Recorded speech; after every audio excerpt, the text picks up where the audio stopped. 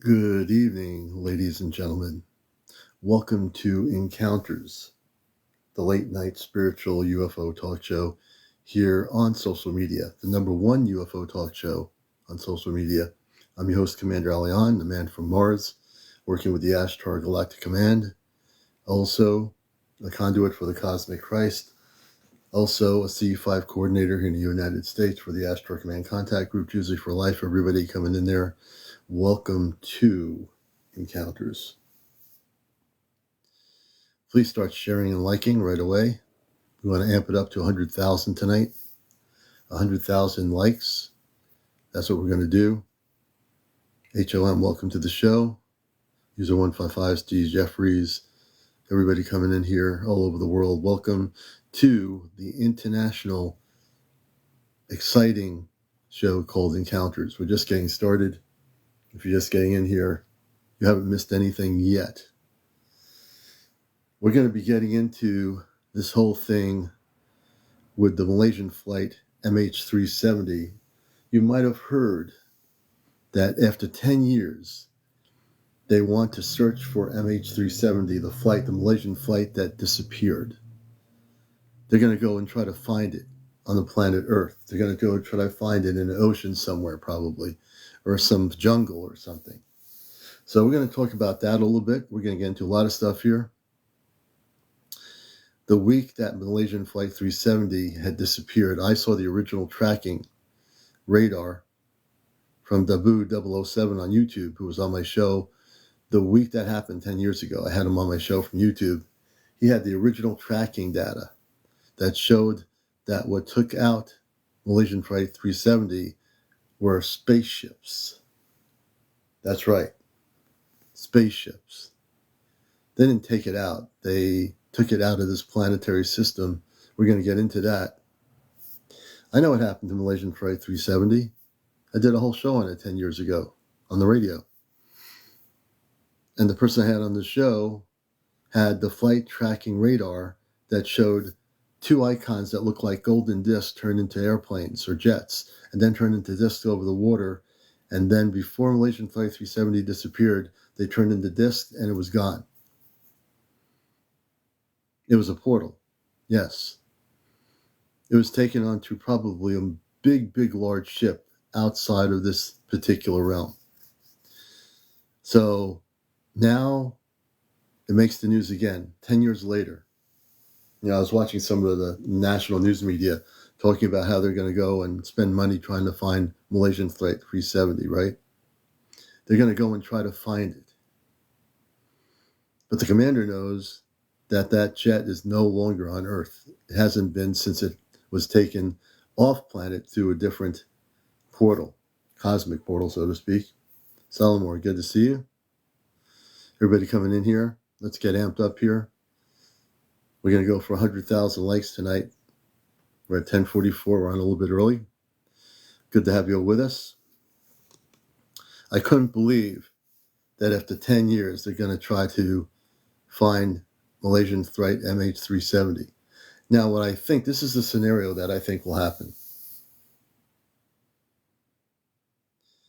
Finley, no, I've seen the moon. The moon's been out.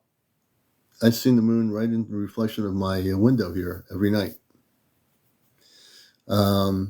But Malaysian Flight 370, this is the scenario they're going to probably try to have. They're going to probably create a fake situation. Now, again, this is hypothetical, where they'll say, we found the flight so-and-so. They'll create something where they'll put some sort of a jet together to make it look like it's the exact thing.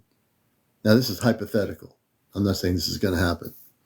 But if they want to keep it a cover-up and lie to the people, they'll say, we found the flight, but we couldn't find any bodies.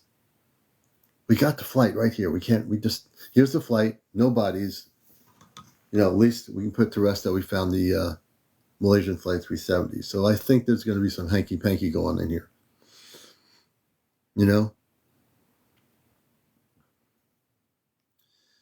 Chef Sean, welcome, Chef Sean. Okay, I'm in the Carolinas. I haven't seen it. In Connecticut, where I am, I've seen it last night and the other night.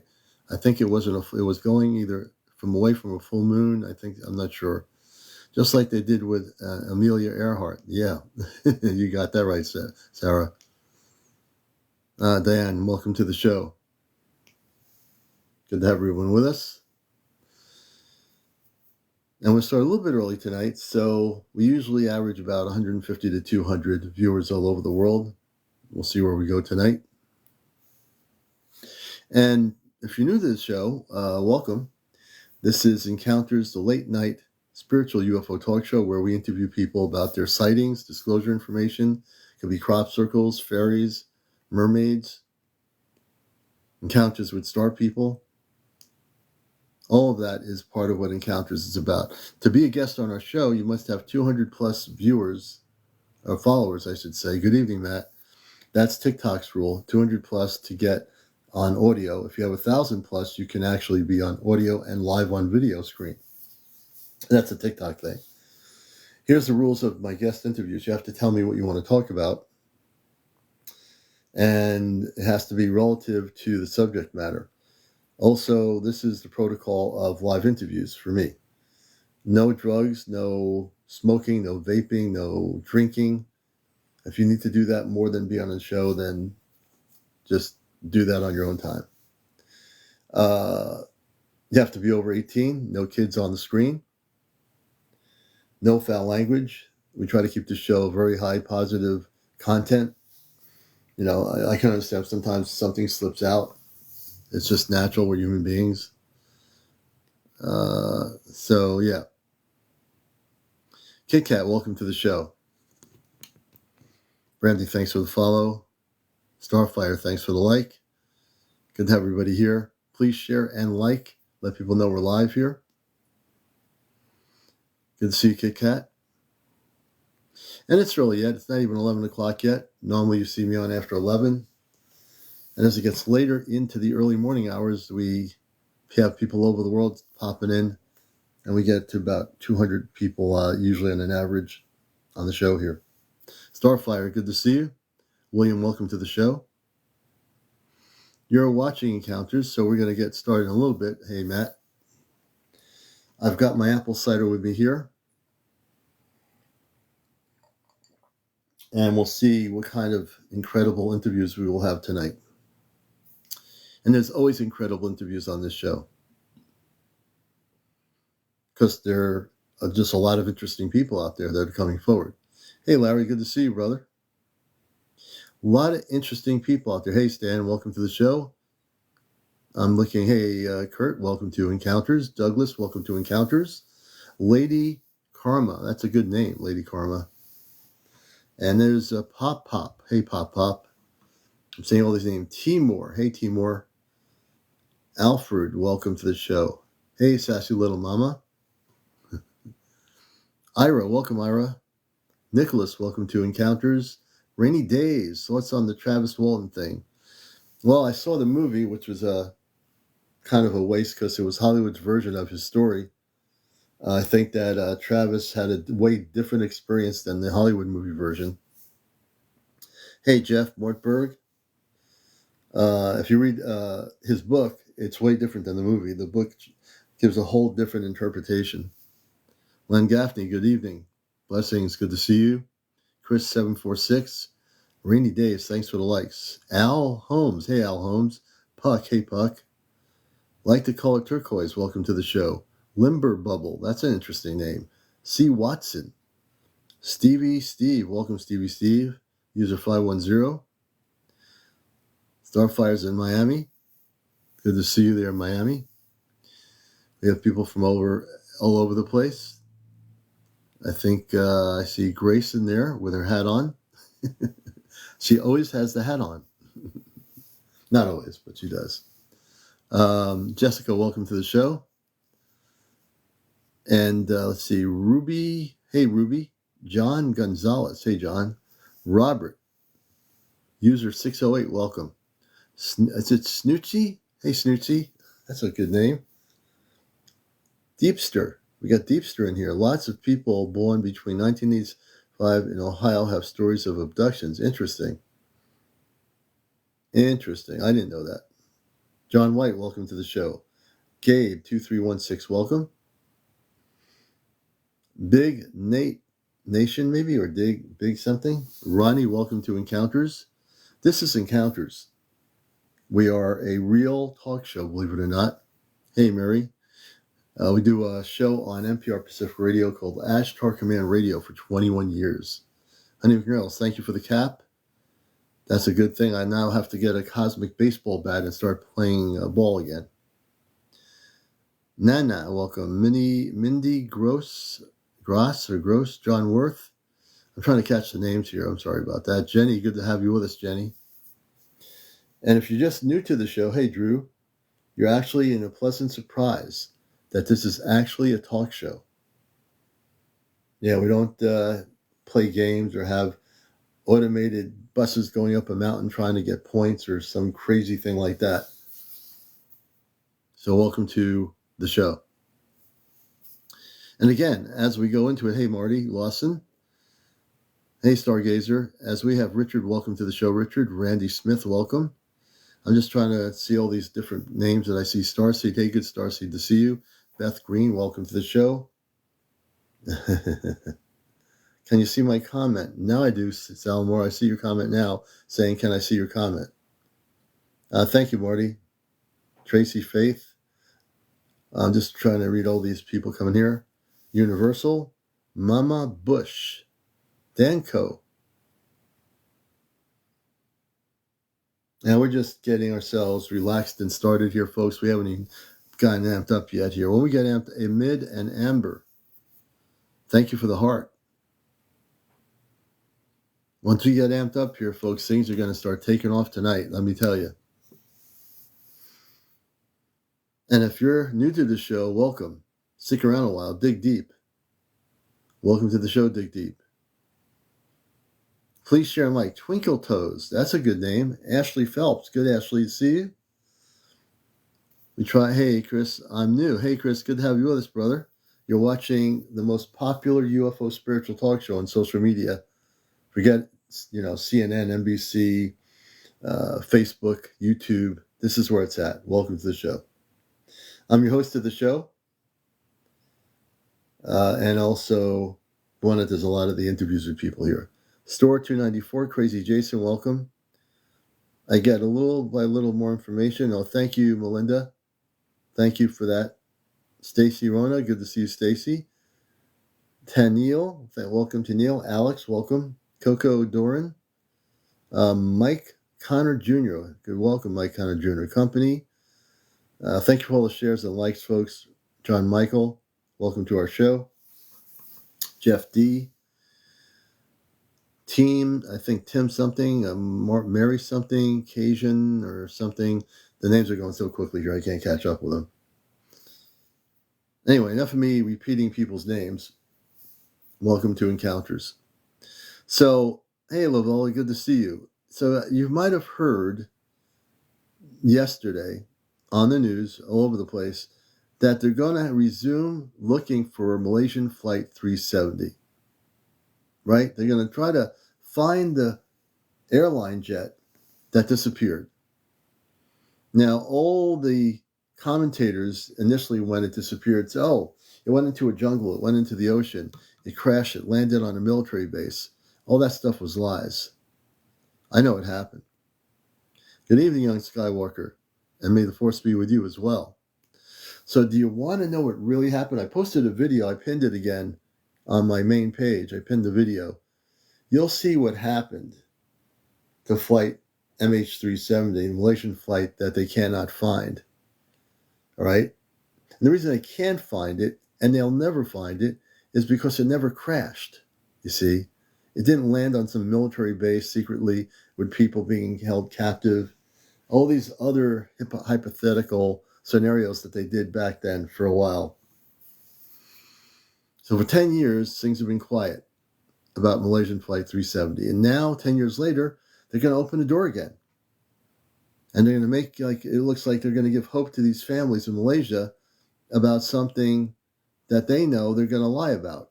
Thank you, Susan Mary Young Skywalker. Thank you for the lightning bolt.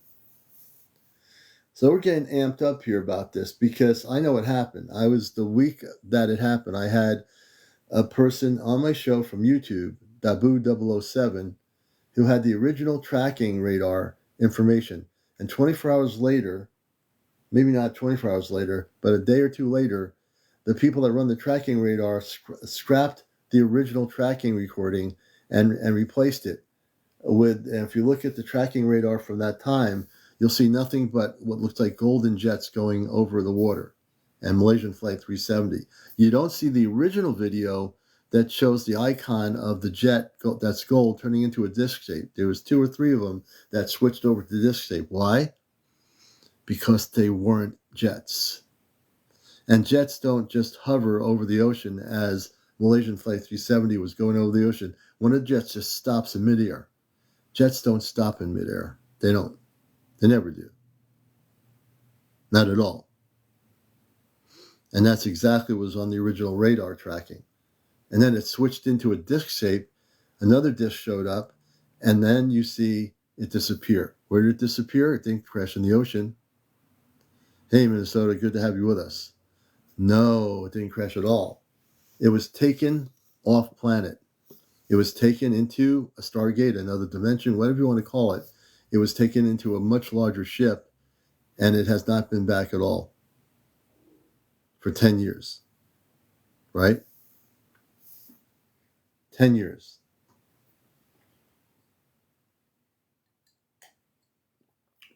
Why? It was taken by galactic forces. It wasn't negative ETs or whatever you want to call it. These people on that flight, many of them were very, very intelligent people. Hey, Johnny, these people were very smart. And I believe they were taken to be given more information, to learn things. On the positive end of it, I think they were taken for very, very important things. Will they ever come back? Maybe. You know, when they're taken into space, there is no such thing as time. So who knows when they're going to come back, or if they want to come back to this planet. Who knows? Maybe. A lot of things going on here, folks. A lot of things. A lot of things happening now, aren't there? A lot of changes going on. Galactically, cosmically, in your own inner life, I think everybody's going through changes right now. You're going to have a year of totally shaking things up. This year, you haven't seen anything yet. You think you've seen it all? You haven't seen nothing. You haven't seen what's going to happen. You might feel it. You might feel it within yourself, right? You might feel something's going to happen. And if more than one person in here says they feel it, you know it's going to happen. You know something's coming. Something's coming soon. Commander's just going to tell you it the way it is. And they'll say, Commander, where'd you get that information about something's coming soon? Again, if you watch me long enough, you'll know that I don't read anything. I don't go to websites, newscasts, palm readers, crystal balls, or anything. My information just automatically is there. I just have the information. You too have the information, if you so choose to look at it within you. You see, like we've all been given the ability to turn on the switch. What does that mean? If we turn on the switch within us, the galactic switch, you know, that cosmic switch that you're looking for, all the information will be downloaded, and in a nanosecond, you will know what's going to happen. You will. Johnny says, I definitely feel it. I don't want to work no more. I feel a need to be home. It's crazy. Hey, Katrina, good to see you. So, as we prepare more and more for what's happening, we have to be ready now. You know, we can't hold back who we are. You know, if we hold back who we are, then we're not being who we are. We're here on mission. We came here as starseed. All of us did. How many people know what starseed is? How many people know what it means? The definition of starseed. Do you know what starseed is? Have you heard the term? What is it? Little quiz here. What is a starseed? Do you know? Do you see yourself as a starseed? Okay, so I'm going to explain for people that don't know what starseed is. Before you came to Earth, you came from another planet, another system, another place. Then you also worked with the galactic levels. You might have been on a spaceship traveling the universe. You might have been doing whatever you were doing. Then you chose to come here, but you forgot you were from somewhere else. So when you came here, you had a biological human family, a mother, a father, a sister, a brother, grandmother, grandfather, a baby here, a baby there, a baby everywhere, or whatever. So as you get into that understanding, you were born here, but you're not from here. So when I say the word star seed, you came from the stars. You had parents that created the seed of your birth on Earth, and then you became a human being. And then from that point, you grew up and eventually started being curious, started waking up, remembered who you were, and you became having the human experience. So the word star seed means that you came here on purpose, whether you realize it or not. You chose to be here, and the parents that you have are the parents that you chose. Now, you didn't know who they were, but they were happy to have you. Or maybe they weren't, who knows? But hopefully they were happy to have you. And as you became older as an adult, you woke up to the understanding of who you are. That you're not just John Simmons living in New York, having a parent, having a good house or something, a 3-car garage, or whatever it is you have, or having a little apartment or whatever you're doing. You're way more than just a human being having a human experience, right? Do you get it? You know what a starseed is now? Anybody getting that picture as I'm talking about starseed? I hope you do. Okay. So I do not think I chose my parents. And that's okay. Maybe you didn't. And in some cases, maybe you just ended up with those parents. That's true too. It could have gone both ways. The other thing to know is not only are you a starseed, but when you wake up, you're here to do and help other people wake up. So you have a mission. You might not know yet what that mission is on Earth, but you do have a mission. A mission that maybe you're still seeking to figure out. And you will pretty soon. Pretty soon. Because time is kind of running out. You know what I mean? No, maybe not all are starseed. There's a truth in that too. But those that are starseed will know it. You'll know it by the way you act, react, and live on the planet called Earth. Act and react. How you respond. What you're here to do. Now, if you're not a starseed, if you don't think you're that, and you're just like a regular everyday person trying to get through life, that could be true. Nothing wrong with that if that's who you are. Jen says, I'm a Palladian starseed, so Jen knows who she is. Some people do. L1NZ1 says, I hear you, Commander. Hey, Gary, love from Iowa. Good to have you with us. So, until we have some interviews tonight, I'm going to project some information here for you from an Ashtar Command perspective, which you don't see all the time. But I'm bringing more of the Ashtar Command perspective and consciousness into what's happening here because people need to know things are going to be going down pretty soon. Mary, what's the question? Go ahead, Mary. We love questions here, and I will certainly answer them as best I can. Let's see here. If you want to have a deep discussion, I'm game. And Mary, what's your question? I know you have a question, so I will try to do my best to answer it. Just to give people, I just want to fly away with Doctor Who. I used to watch that show,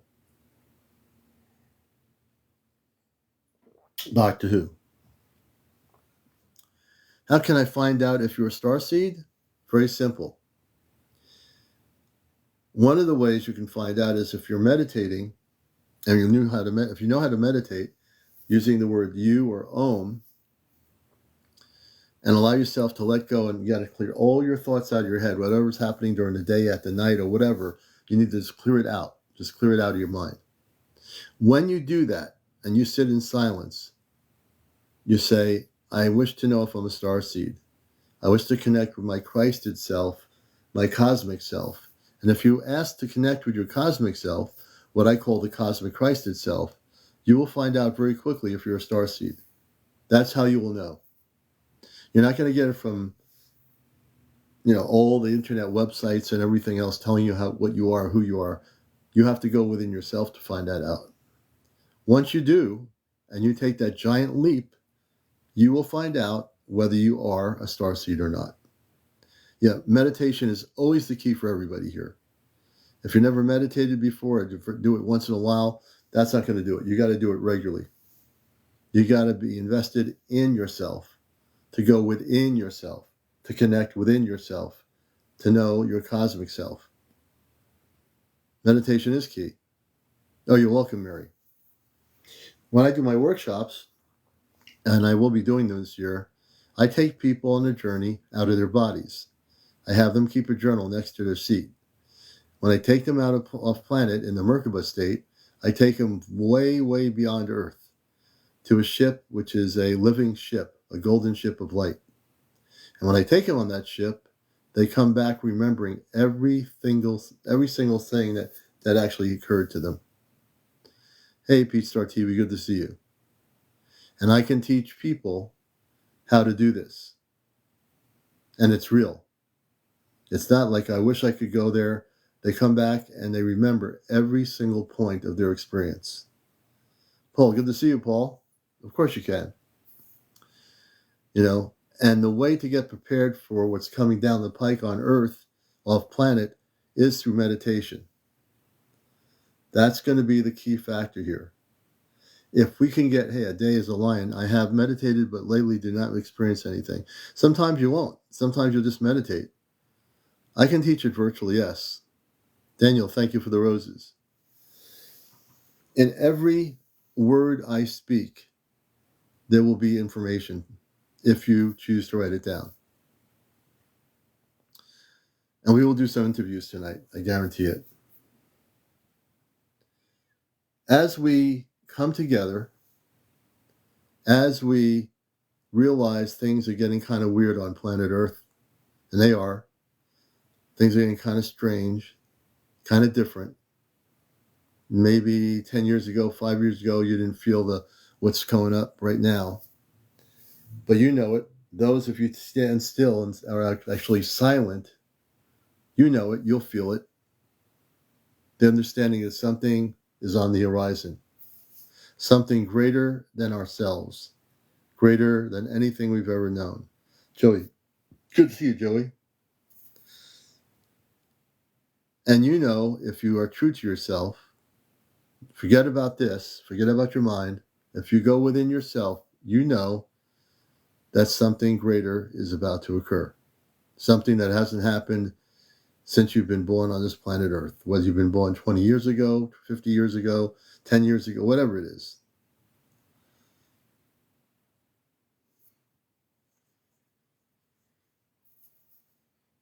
The question is, are you ready to prepare yourselves for the greatest thing on planetary history that's going to happen in the next few years?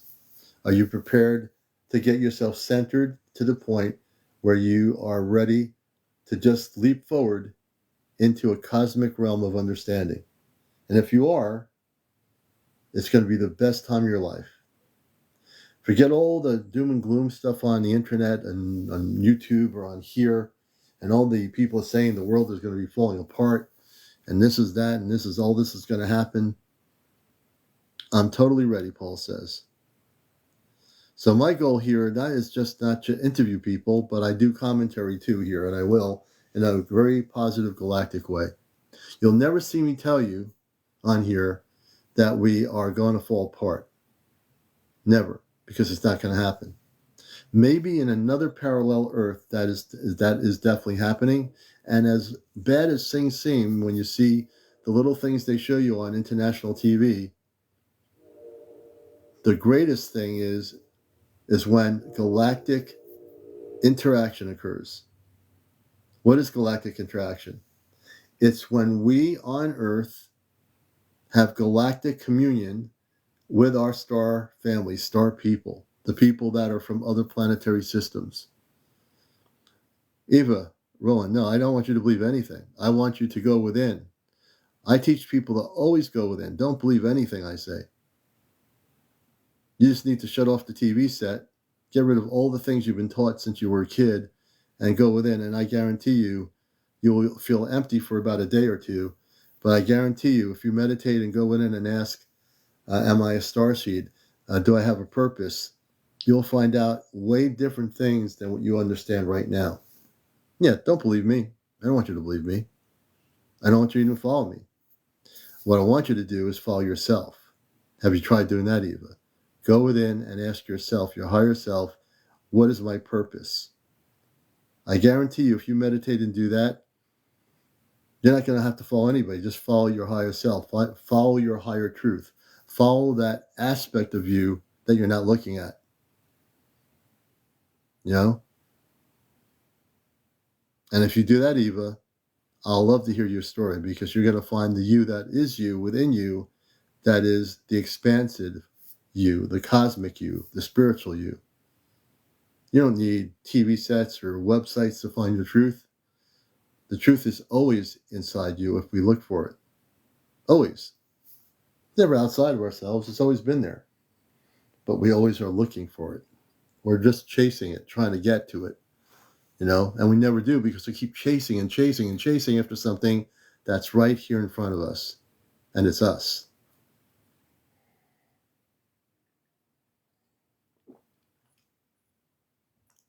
Oh, take care, Karen. Don't work too hard.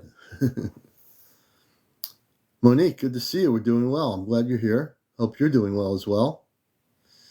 And it's going to be a great night tonight. We'll do some interviews. But sometimes the commander, hey, John, good to see you, has things to say.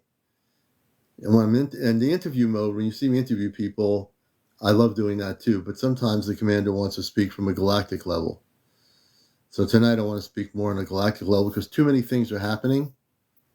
Too many things are going to be happening soon in the next 3 years. Now, whether you believe they're going to be happening, you don't have to. Sloan, thank you for the heart. You don't have to believe it, or not even believe me. But they are going to be happening. You can't run away from it. You can't hide. Well, you can hide in a cave, in your basement, in a closet. You can go into a big building, lock the doors. What's that going to do you? It's all about not running away. Not running away from what's going to happen. Now, there are people.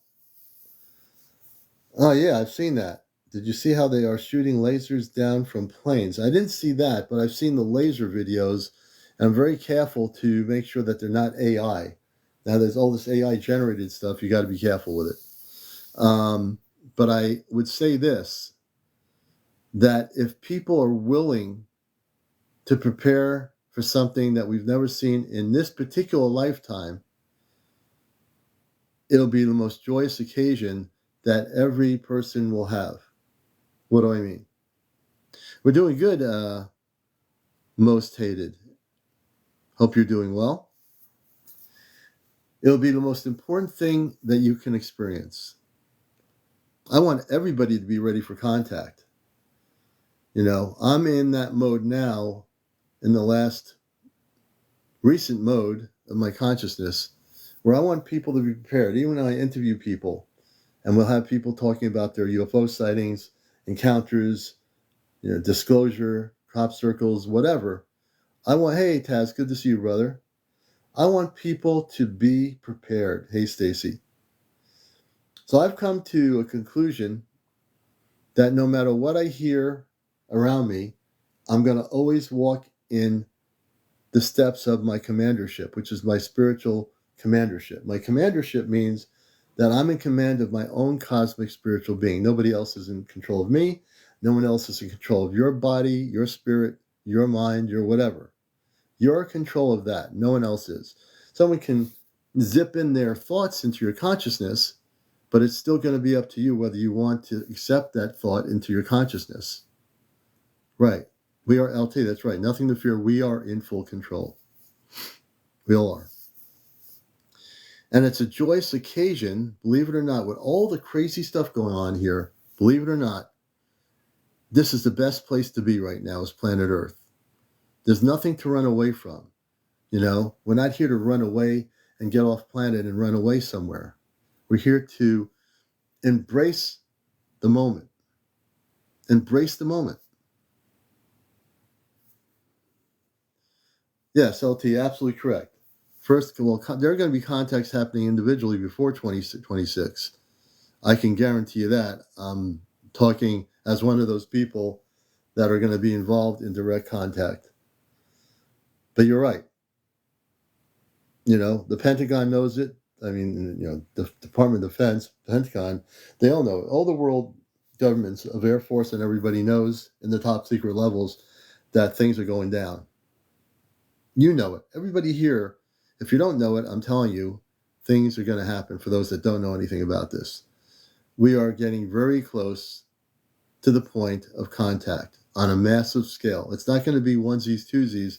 We're talking about massive contact. Yeah, so I don't know about the Federation, but I do know that the overseers of this contact that represent many planetary systems is the Ashtar Command, which I happen to be on mission with since before there was internet. They oversee, they're like the rainbow of all the planetary systems of light. Remember that name. Either Ashtar Command or Ashtar Galactic Command represents all the different councils of light, all the different spiritual groupings of light. Ashtar Galactic Command. Write that down. Make some notes. My brain is like a radar for UFOs. I look up and see them over my head. Oh, that's interesting. And when you see them, how do you feel, me? I think I need to bring you on here. You have 774 followers. Me, you have to change your setting from private to public. Change your setting, and I'll bring you on here, Eva. I think it's Eva. Change your TikTok setting so I can bring you on here and follow you. Sounds very interesting. Thank you, Johnny. So you never know what's going to come out of my consciousness. You never know. You're always going to be surprised. Always. If you stick around long enough. So we're getting close to that day, that month, that year, that time. We're already there. We're way ahead. We're kind of way ahead of our time. Time has sped up. What does that mean? Galactically speaking, it means time has sped up. Do you feel time has sped up?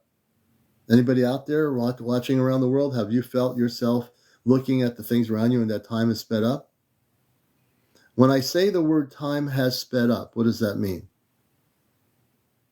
It means that we're not waiting for the time to get there. We're not waiting another 10 years to reach that time. We've already reached the time. We're going beyond the time that we've reached. Now that we've reached the time and gone beyond the time, we're getting very close to contact. The vibration of Earth, the Earth that we live in, you'll always see me talk about frequency and vibration, but it's the vibration of Earth, and not just this planet. The whole universe is vibrating, including Earth. Beyond this solar system, we are vibrating in a much higher state of consciousness. Yes, 100% every day is Groundhog Day. Yes, kind of. Hey, thank you, me. Me, I'll have you on about your UFO story if you set yourself to public. Set your setting to public and I can interview you. So now you know that time has sped up so quickly that almost there'll be a point when time does not even exist. It'll just not exist anymore. Yes, the Schumann's Renaissance. Christopher, absolutely correct. Smash, welcome to the show. We appreciate all the new people coming in here. Danny, welcome to Encounters, the late night spiritual UFO talk show. And we're doing some talking here. We are. And if you want to be a guest on the show and share some UFO stories, hey, Dreamers Paranormal, good to see you. If you have a UFO sighting story you want to share, if you have a visitation with star people, a story about, could be crop circles, mermaids, Bigfoot, any of those things relative to our format, we'd love to hear your stories. And if no one has a story to tell, I'll just keep talking. I've been on radio for 21 years and I know how to talk. 20 years of radio, you learn pretty quick. Plus, I got my apple cider.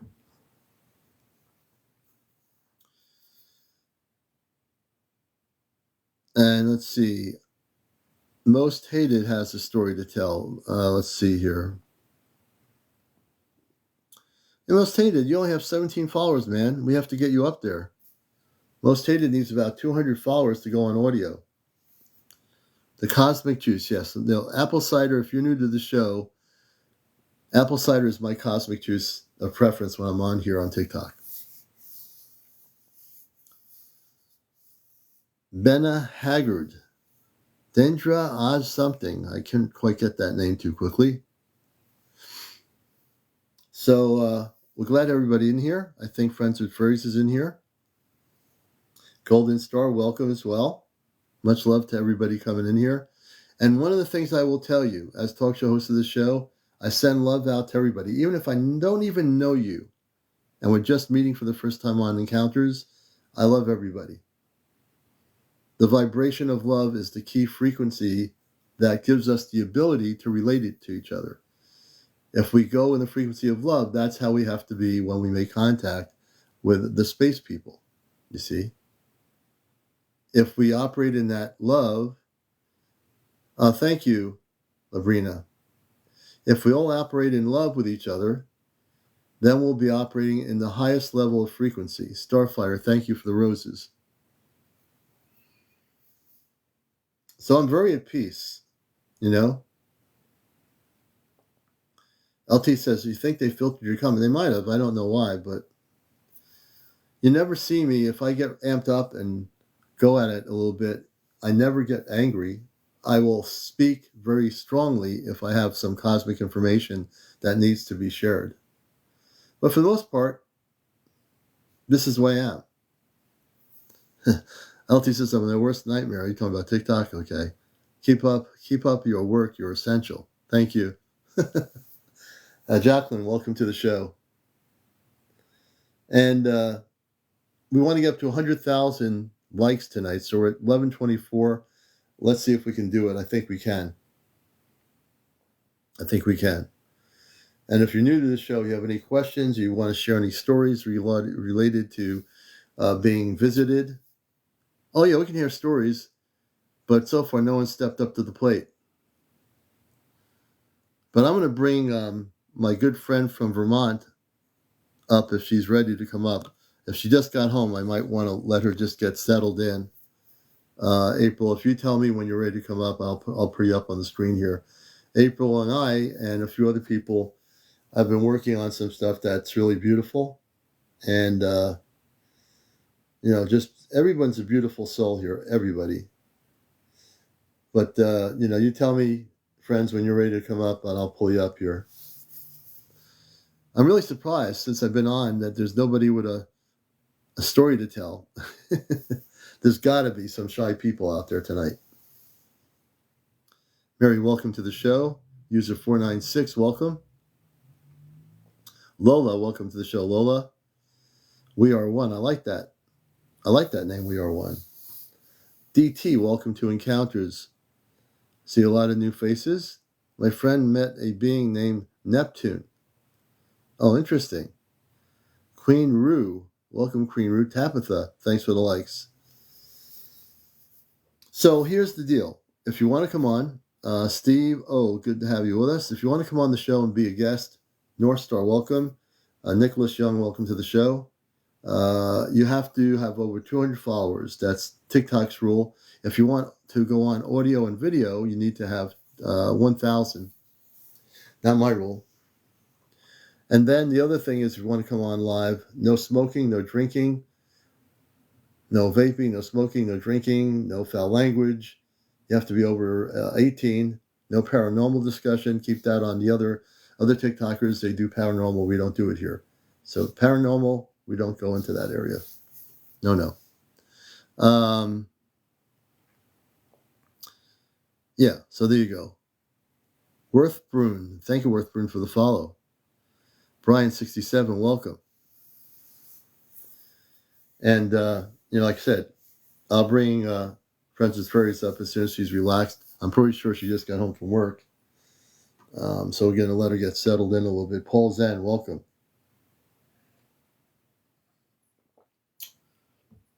And we're getting close to April. We're not in April yet.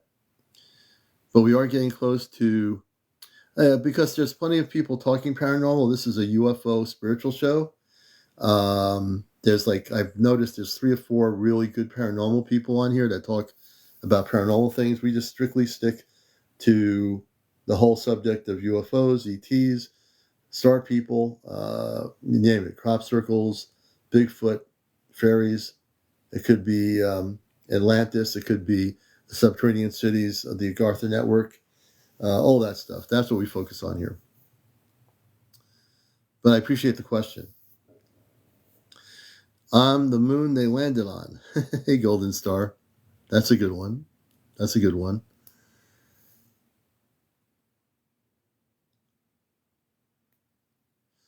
Yeah, crop circle is really interesting. My good friend, if you've heard of Colin Andrews, he lives in Connecticut. He's a friend of mine. He wrote many books on crop circles, and he was one of the foremost people that studied crop circles over in England when they were, and there are crop circles every year. There are crop circles.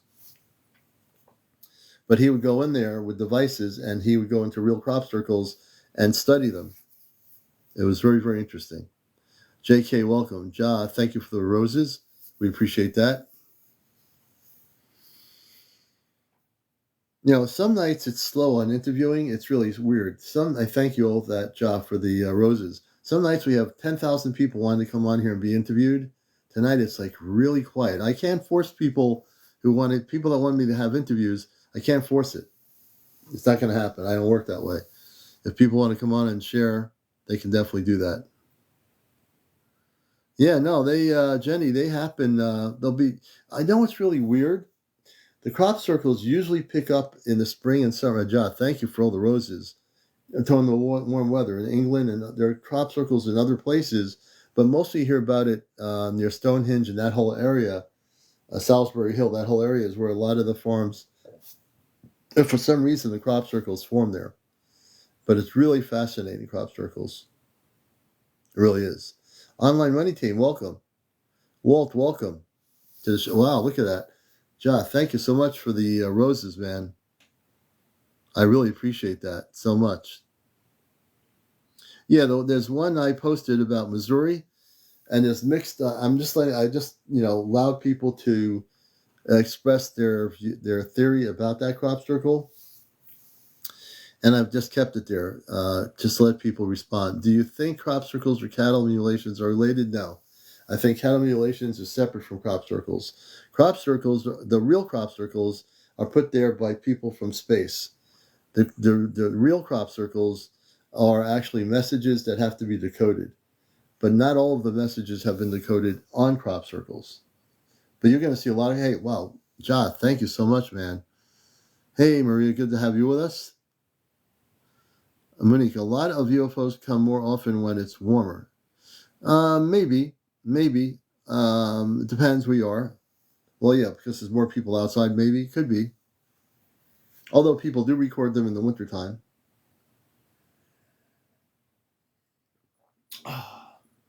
It's always possible. Hey, Joe, wow, that's crazy, man. 81 flowers. Ja's going to beat people out on the roses tonight. I really do think that Josh got it beat on here. Holy mackerel, man. Hey, Chris, welcome to the show. Good to have you all with us on the top UFO spiritual talk show here on social media. So good to have you with us. Again, I'm always willing to interview people, but we're gonna bring up.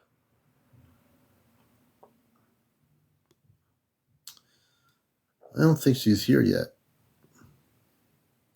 I don't think she's home yet.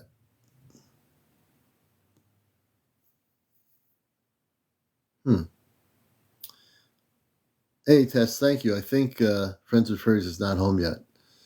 I think she's still not home. She might be coming home. I think she works late.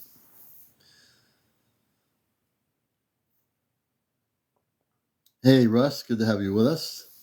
Young Skywalker, thank you for the likes. We're getting up there, 31,000 likes. We want to get to 100,000 by 12:30 a.m. in the morning. Albert, welcome to the show. La, welcome to the show.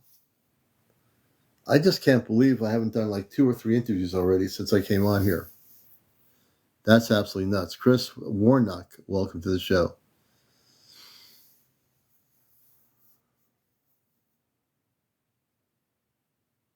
So, as I was saying before, since we're not doing any interviews at the moment, people need to really get prepared.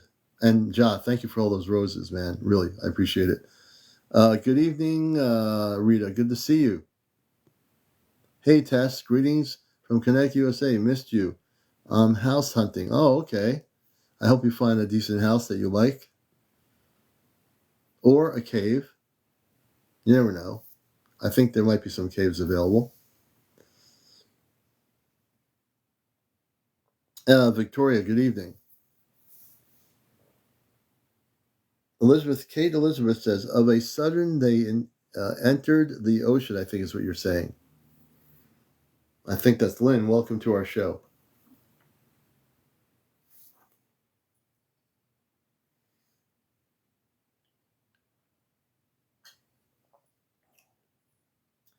You know, I could actually surprise somebody and just select somebody out of the blue moon, put you on the air here on the show. I might just do that. But then you have to tell me a story related to the subject.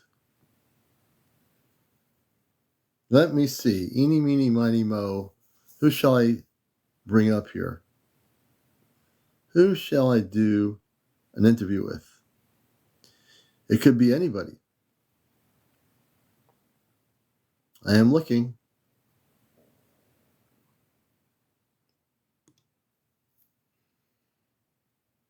Yes, a big one and a lot of smaller ones. So, Elizabeth, are you talking about a UFO sighting? Let's see, Monique, I was looking more around the airport. I am by Midway Airport in Chicago. They blend in with planes. Interesting. Hey, Hope. Good to see you.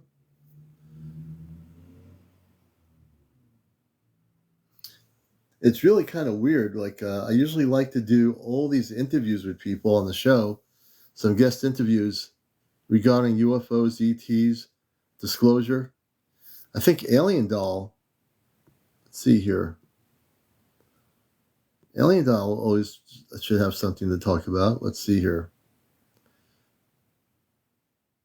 I am just scrolling and watching and looking to see what's out there. Let me see if she's here.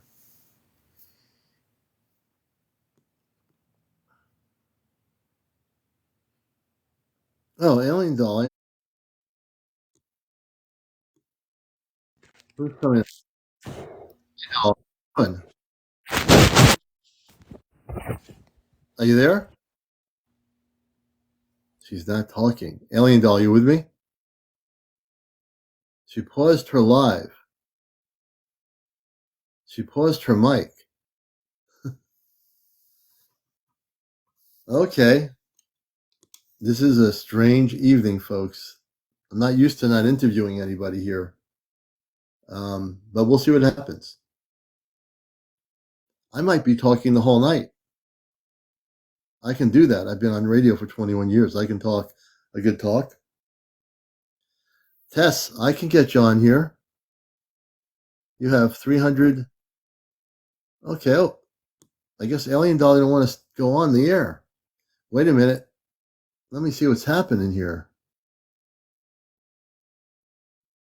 I'm going to bring my friend April up here too. I don't know what's happening. The universe is weird tonight. This is Encounters. Good evening. And now, good evening. Your whole screen is dark. I can hear you. You can hear me, but I have my little thumbnail, right? You got me? How are you? I'm doing good. I hear your voice, but I don't see anything. I'm gonna look and see how I could show you my face. I'm new to this. Okay. You have to press the save button, and there's a little icon, which is a screen, and then we'll be able to see you. Because right now, there's nothing but darkness on the right end of the screen here. Is it on the lower left, the lower upper right? Yeah. Yeah, you should see like your microphone, and then there's like a little icon that looks like a camera. What you do is say save, and it should bring you on the screen. I'm seeing the microphone. Yeah. You'll see a save button, like a button you have to press to say save or put you on the air or something like that. I don't remember what it looks like. Oh, it just went back. Let me see this. You see her? I don't see her. Let's see. I must be in a different dimension. Yeah, Maybe I am. I'm on the fourth. I'm trying to get up there. You're fifth. Because I wanted to tell you about my friend that shapeshifted in front of me. I'm seeing the microphone is up. It's getting all the way up to the top now, the little blue part. Really? There's a star with a circle. I'm going to do something. I'm going to bring you back on here. I am not seeing you. I'm having some very strange things. I see a picture of her. Wait a minute. Let me see if I can do this here. Hold on a minute. What's going on here? Well, that's really weird. Okay, now we see a Tess. Oh, good. Hey, we got Tess on and we have April on. Hey, April. Hi, guys. How was everybody tonight? We're doing good. I for a minute didn't see Tess. I sort of just screened blank. Well, it took the magic, it took fairy magic to bring her up. Yeah, it took some magic. Say hello to Tess. Tess, say hello to April. Hi, Tess. Hi, I've been campaigning since November. Thank you for spreading my link so people could friend me so I could get on here. Oh, good. So, Tess, you have the ultimate floor on Encounters tonight. And what would you like to share with us? Well, it was the end of October, early November when I was on lunch in the daytime, one town over in Stamford here, Southern Connecticut. And I ran across a friend of mine, a social friend that I've known for approximately, I'd say 7 to 8 years. And she's a friend I know. We don't hang out all the time, but we run into each other with similar friends.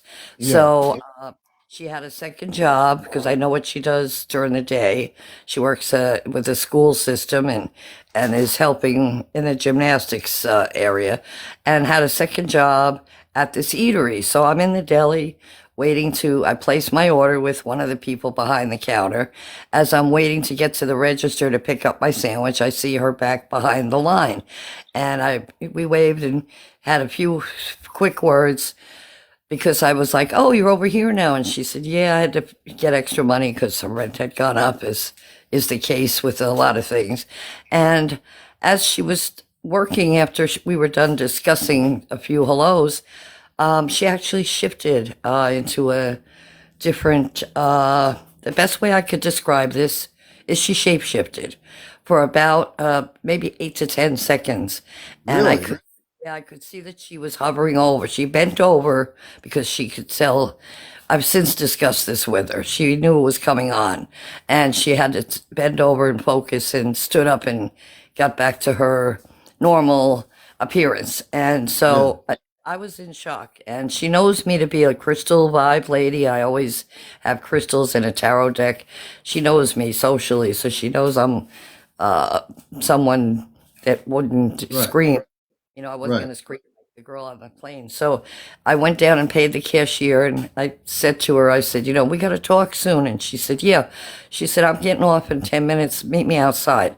So I didn't mean that. I just meant like, yeah, we got to talk about what I just saw, but I didn't say that. So I waited outside, and she got out. It was about 5:30. She got out a little before 6. And I said to her, what was that? I said, did I just see things? And she says, no, you didn't. And so she goes, you of all people. She says, I'm lucky it was you because she said it's been happening more. She loses Hmm. control because of people raising their vibration in the community. I mean, in Yeah. general. Yeah. And it's something she's not accustomed to losing So control of. she's human, Yeah, and she's a regular person, the but hybrid. Yep. she's a She hybrid. It's a generational thing with her family, to be honest. Really? We had to meet. We talked a little bit that day, but she had other things to do, and I actually wasn't planning on staying at the deli. I was getting my stuff to Yeah. go so I could do Yeah. what I had to do. But we got together twice after that, and the reason I say twice is within about 6 weeks, her and her family decided to move because Oh, they moved. her family wanted to get out of the community. They'd been there so many years, and they knew they'd have some splaining to do, Lucy. You know what I mean? They Yeah. Yeah. were having So you this. say the family all were hybrids? Well, her grandmother has this background of being from Arawak Indian from Puerto Rico, and the Okay. Indians do always know about shapeshifting, and they prefer to look at it as the the ancestry of being Arawak Indian. They're not Spanish Puerto Rican, they're actual Indian Puerto Ricans, right? They go back Wow. that many generations. So she was explaining that tack. They were taking that tack on it. When I said to her, oh, well, I really don't think that. I think they're extraterrestrial and so forth. And she said, well, that may well could be, have been for hundreds Yeah. of years. She goes, all I know is it only affects certain people on my mother's side of the family. Now, she Hmm. actually has a twin sister, and her sister does not have any of these symptoms, and it started for her symptomatically a little before, I'll say puberty to be kind, but Yeah. it was before her teen years, and it was something that she didn't know was happening. Other people, other children were telling her, what was Wow. that? They were seeing something and she didn't know. So she mentioned it to her mother, who said, oh, you have to talk to grandma. Because apparently, sometimes you won't know at a young age if you're a parent of this situation with the genetically. I'll say Yeah. it genetically. It's not like her mom was with an alien. I'm being honest. She Right. said it's a hereditary, in as far as her family is describing to her, and the grandmother is saying that her actual brother, both the grandmother had a brother that was a sibling. They call them Irish twins when you're born within the same 12 months. The two of them had it, but none of their other siblings. So Really? there's actually, what my friend said was there's a possibility that maybe great grandma did actually have some sort of copulating or whatever, but Or a relationship with someone from yeah, another those planet? people are long gone. You know what I'm saying? The age now would be 100 and God, Yeah, they'd be but I've 20. heard of stories. There was a woman in Africa. There's a book about it. I can't remember the name of the book. This man, human, came from a beautiful planet, and he met this woman in Africa, and they fell in love. And I think he actually married her and took her to his planet and came back. There's a whole book about it. I'll have to find the name of the book for people that. So to be a hybrid like that in different aspects of what you're talking about. Um, I get the feeling that there was some sort of star connection at some point down the road or going backwards. There had to be a star connection that interconnected that created this situation. The physical ability to shapeshift. Yeah, Now, she can, said, can I speak on this a little bit? Yeah, go yeah. ahead, April. So from what I understand about the shapeshifters, is especially the indigenous people, is that so hundreds of years ago, and this is what was explained to me by my ET friends and my friend Pumpkin. I don't know if you're familiar with me or not, but I have a Bigfoot family that I'm very close to. So anyways, so the shapeshifters are a very real thing, and I absolutely believe you. So hundreds of years ago, like the Bigfoot beings, these creatures like werewolves and things like that were brought from other planets, just like the Bigfoot beings, and they were brought by negative ETs to like basically be watchdogs for the ETs, but they were enslaved by these negative ETs. Now, all these beings like the Bigfoot, the werewolf, and there's a few others were freed by the beings of light, by like Ashtar Command and stuff like that, had freed these beings, and also like the Bigfoot gave them a choice whether they wanted to stay on Earth or go back to their planet if their planet was okay to be on, because hundreds of years ago there was some territory issues with between the ETs. But um so anyway, so some of them fell in love with the humans and wanted to stay on Earth and do the best they can and live their best lives down here. Now the Native Americans were here, and some of these beings had fallen in love with them, which also made the hybrids. And this was like over hundreds of year process with these beings. So and it's generational, and what it does is sometimes it's like say like I had three kids. Now two of those kids could have that gene in them, and Hmm. two of them couldn't. Or maybe I mean one of them couldn't. Yeah. So it skips for some reason. Some get it, some don't. But these beings also now, because the just like the Bigfoot, because they were freed by the beings of light, Yeah. they work together as well, just like the Hmm. Bigfoot beings do. Hmm. This is what I've been told by Pumpkin, and also by my family, because there was other beings that were on there that I had been curious and had asked about, and Mm. one of them was a werewolf type being. Mm. Now most people think they're lower vibrational, but they're actually not. What they were is they were brought here by lower vibrational beings, enslaved They by the. Oh, okay. I got you. caretakers of us, of the of the light, caretakers with Yeah. us. I think. Yeah.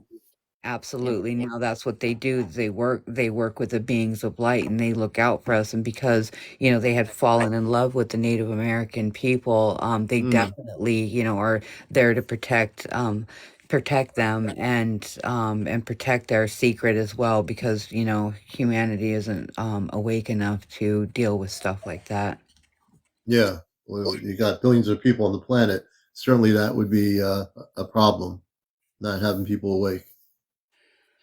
Yeah, this family had to move south because it can be overwhelming, and you can be threatened, even, not by sleepers, but by people Yeah. that, Yeah, have hunters and ways and stuff like means to that. make you uncomfortable. So they moved at the end Yeah. of the. I'm still in touch with them, and she's Wow. grateful. She's only been able to share it with about three or four people outside of her family. So I feel honored.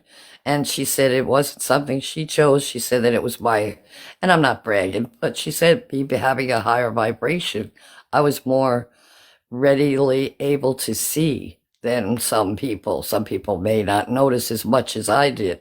For me, it looked like she had a gender change, to be honest. Huh.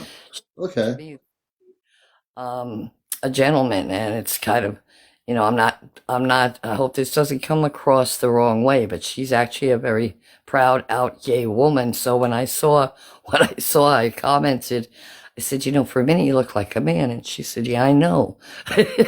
So that was our second day that we spent a whole lunchtime when Hmm. she was not working. The school had an off day, and I met with her, and we talked for about 2 hours, and it was really Yeah. interesting, very exciting for me to be able I felt very privileged, and I tried to think of everything I wanted to ask her that day. but we still message each other. In fact, a little more often than we had previous, because I would run across her 3 times a month, and now it's like every Wow. week, back and forth talking. Wow. That's awesome. So Well, the it's beauty of it is not only is it awesome, but the fact that you're able to have this relationship, and that you knew she was a shapeshifter. This is a unique story because I've not heard this kind of a story. I know what shapeshifters are. I've heard stories on documentaries and so forth, but to hear the story from your perspective, I think it's a beautiful she's story. living a normal, natural life if for anything. And there's a lot of beings here, I'm sure, that are living a natural, human looking life. And it's just part of their aspect. That's how she looks Yeah, at it. yeah, And it's a beautiful thing. And I know it's going to get more common. And I even brought it out on my YouTube channel because I want people to be aware, not to be frightened. Don't be scared. It could turn out to be your neighbor. It could turn out to be your mailman. You don't know. you have no idea. Maybe Well, she'd be willing to come to the commander's show. This would be a Yeah. good place for her because, there's no nonsense stuff that happens with this show. You Now, know, did anyone just hear something just a I second did. ago? Or I I, heard a I beep, I and I didn't know if it was my phone, but I didn't see anything. okay, I just heard something, and it is recorded. This is what happens on this show. Did everybody just hear something? Or am I? I got my ear pods no, on. I heard it. It sounded like a mechanical beep beep or something like Beep beep that. beep Yeah, beep. somebody's enjoying this from above. You No know doubt. what? You If are you one. just said that now, I'm apt to believe it. It Doesn't was like a surprise. phone. It sounded like a phone. It sounded like a phone notification or something. Well, I looked at my screen because as I'm in my garage where I go, and You I know didn't what? Everybody here heard something, and I'm telling you, folks, that's why this show is a show that's really out of this world. You can't make yep, this stuff up. No, you You can't. can't. yeah. Well, you I wouldn't be surprised if a spaceship came in front of my window just now and came low along the housing area, and I start seeing this bright light. That would be well, if awesome. you disappear in front of us, we'll know you're all right because you're just going to be I'm on the right ship. here. Oh yeah. I'm right here. I'm right here. You know that we phase in and out 8 times a minute. We phase physically. Well, our bodies are not solid like we think. I had read that in a physics book Oh, about interesting. 3 years ago during COVID. I was reading up on physicist stuff, and it said that we phase. It's something like I believe, if I'm not mistaken, it's 12 times a minute. It's something like every 8 seconds, and Really? it means that as a whole entire meat suit phases. It's not like one cell here and another one on your Yeah. shoulder, like a constant glow or anything. We actually phase, which is we just don't see it. Yeah, we don't see we don't see a lot of things that are Oh, happening. Lynette's here. Welcome, Hi. Lynette's here with us. We have April, Lynette, and Tess here on Encounters, late night spiritual UFO talk show. Hey, Lynette, welcome to the show. Hi, I'm just trying to fix my green screen here. I'll be right back. Okay. You look like you're in Italy or something. Yeah, I This didn't is... mean to look like I'm in Italy. That's why I gotta fix it. That's okay. If you can speak Italian and English, that'll be good. Yeah, I can't. I cannot though. I do have a lot of things to share though, and I love this concept of you guys were talking about shape shifting and everything, and I do have an experience about that too. My sister and I, we were going through oh man, that we've been going through some stuff. Like we're some gifts are coming online for both of us, right? And we're realizing that because we're part of the same seed, we are a lot is the same, right? Like, so we both have the same type of, or it's just amazing. So we were got together and we were talking one day, just a quick little joss on what you were talking about, the shape shifting, and I started talking about my mother, and she had told me it's the second time now, but another time it was another being, but not as friendly being, because I was talking to her about things that were harsh, like, you know what I mean, anger stuff. So another being that came through that was, didn't look as nice, but um when I spoke to her about my mother, I actually said that she saw me shift into a younger version of my mother. Now, whether that means that she has the ability to see essences in me, Uh-huh. or I have the ability to change essences, I have no idea. But that is really a thing, right? So there's that too. I know that's different than the shape shifting thing, but it's It's it's it's different. just something. Yeah, it is totally different. Totally different. But I wanted to share a couple experiences that I've had lately, and some messages that I've received that go along with your show, brother. Over the past couple of years, I've had a few experiences and a few contacts, right? I've shifted into different realities and seen, say, spaceships. Like, I shifted during a channeling experience, and that's mainly the one I really wanted to talk about because this happened 2 years ago, and I'm just finally, now I'm getting the message from them that it's time to share and time to get the message out and time to explain it to everybody. So, um, 2 years ago, I went through a channeling and a contact experience where I got it on audio. I wrote it. It's on my pinned. I did some light language. They told me to record it, so I had proof that Yeah. it happened. Right. So and in during it, there was a moment. I'm gonna read it to you here if I have it. Where they were talking about. If I have it here. If I do it quickly, let's see. Anyways, they were saying that the vibration, they were talking about the vibration and how it was connecting and how that it needed to be slow, so slow, right? And after the experience, after the contact experience, I had a big red bump on the back of my left, and there was a bump on the back of my left ear. Yeah. Afterwards, it was explained to me that I was injected with like there was alien software technology, is what they told me. That I got Huh. injected, I got put into me, in behind my left ear. Now it's for a body upgrade. It's for an upgrade, and they for the past 2 years now, they have been working on my body and Now, can upgrading my you, body. Lynette? Can you tell Mhm. us who they are? Source. It was Source Energy. I actually came on and I told you about the contact that I Right. had, I remember the and contact. you confirmed with me. You said, yeah, it was Yeah. Source. It was Source Energy. So it was Source that reached out. I have my book in front of me that they may have me Yeah. write a bunch of messages, but it was Source Energy that came through. They kept on saying that they were Source.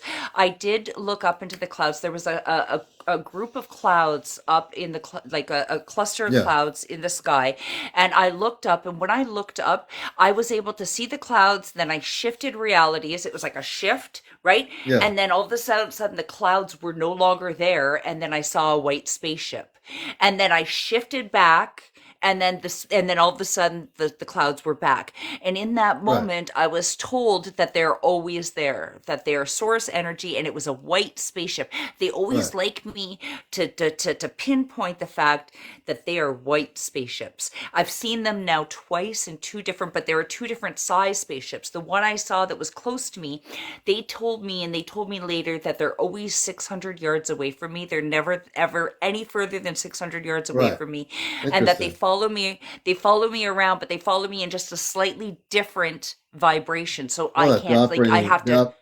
Right. They're operating on a different vibrational pattern, which is normal. If they're in a different vibrational pattern, you will not always see them unless you switch into that vibrational Until you frequency. shift, Then and you that's how shift. contact happens. Yep. You got it. That's Sorry. right. Sorry for No, no, interrupting. I get so excited. no. That's good I to be apologize. excited.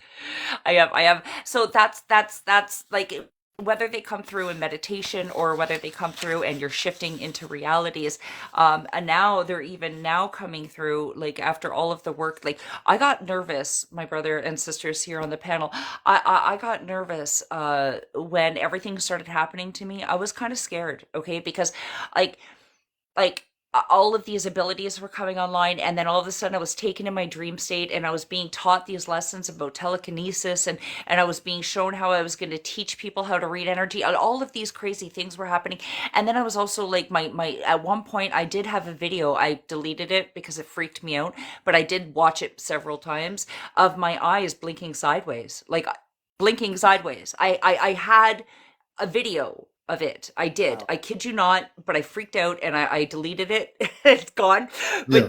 But I did have a video of me blinking sideways. So I was Hmm. really, really worried about what was going on with me and who I was, right? Right. So I mean, am I alien? Am I a hybrid? What's going on in this life? And it was very, very scary. Like this moment, and good luck on trying to explain it or talk to anybody about it Right. because it's happening and you're so flustered in your head that you sound like a crazy person when you're discussing it. Like you don't have the ability because you can't conceive it, you can't talk about it, right? Like you have to be Right. able to conceive it. And at the moment, I wasn't able to conceive what was happening.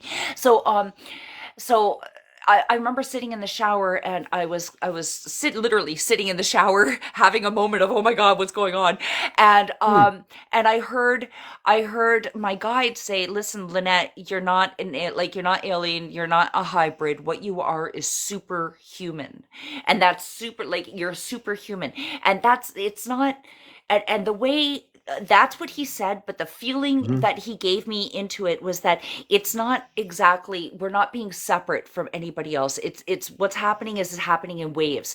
So there's a certain wave of people Right. that's going to be getting the first wave, and then there's a second wave.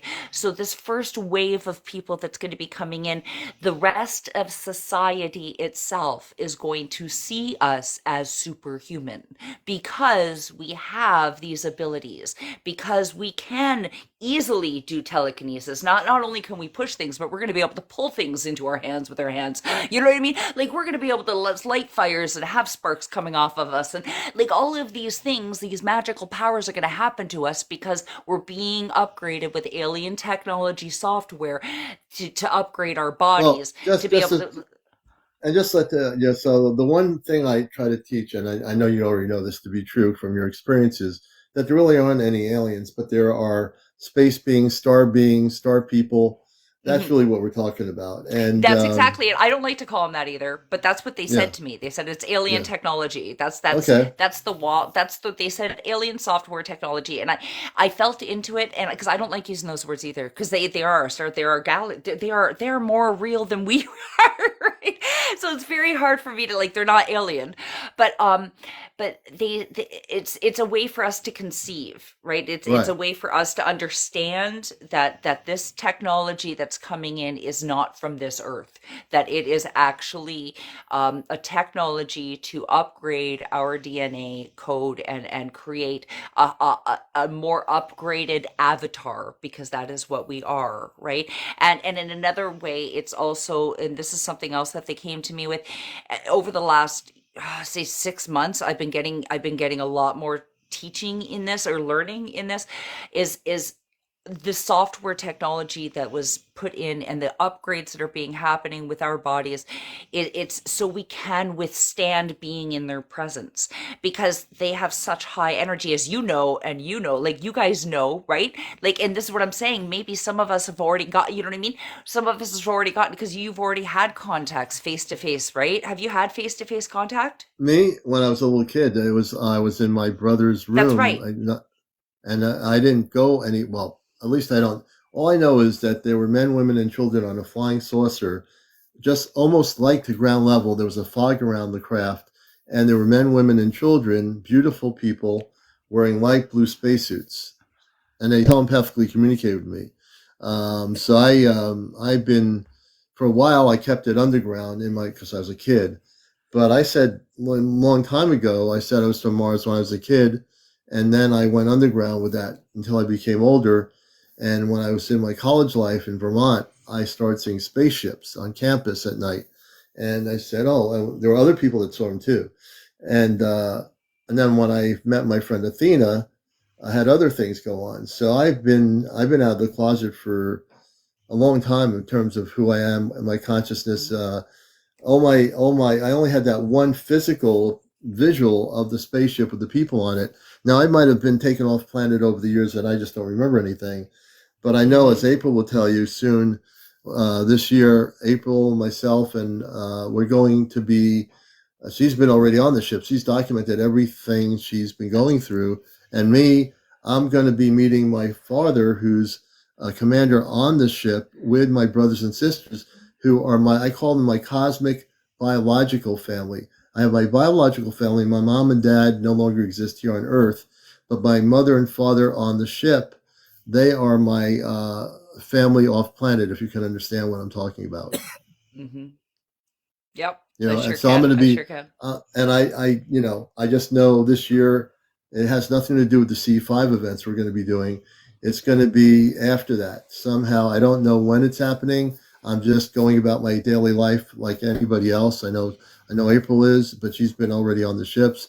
So I've been getting information, and when she's been on there, she met my father, who's a commander, and she's met other people. It's just going to be one of those things that we're going to experience soon. And, you know, April can tell you more than I can, you know? That's amazing. That's amazing. That's like I've had contact like while I was sitting here writing my book because I'm writing a book about everything that's happened to me, right? Like everything that's gone on. But when I was sitting here writing my book and they were telling me all of this stuff, and it's like I was getting a bunch of downloads, and it's almost flabbergasting, right? Like it almost like it's inconceivable for me. I have a hard time wrapping, like I'm still trying. It humbles you, and I have a hard time wrapping my head Right. around like the fact that this is like a so I'm sitting here and I'm eating, right? Because I don't know why, but right now I'm stuffing my face full of food. I'm serious, and they're Hmm. laughing at me, but they're sitting beside. Usually I don't eat so much food. Usually I'm a faster and I fast a lot, but for the past little while, ever since they kind of gave me this information about what's been happening and what's to happen, the shock factor kind of put me into, oh my god, I need to lower my vibration, I guess, because Right. that's just too much. That's just too much info. I need to come down a bit.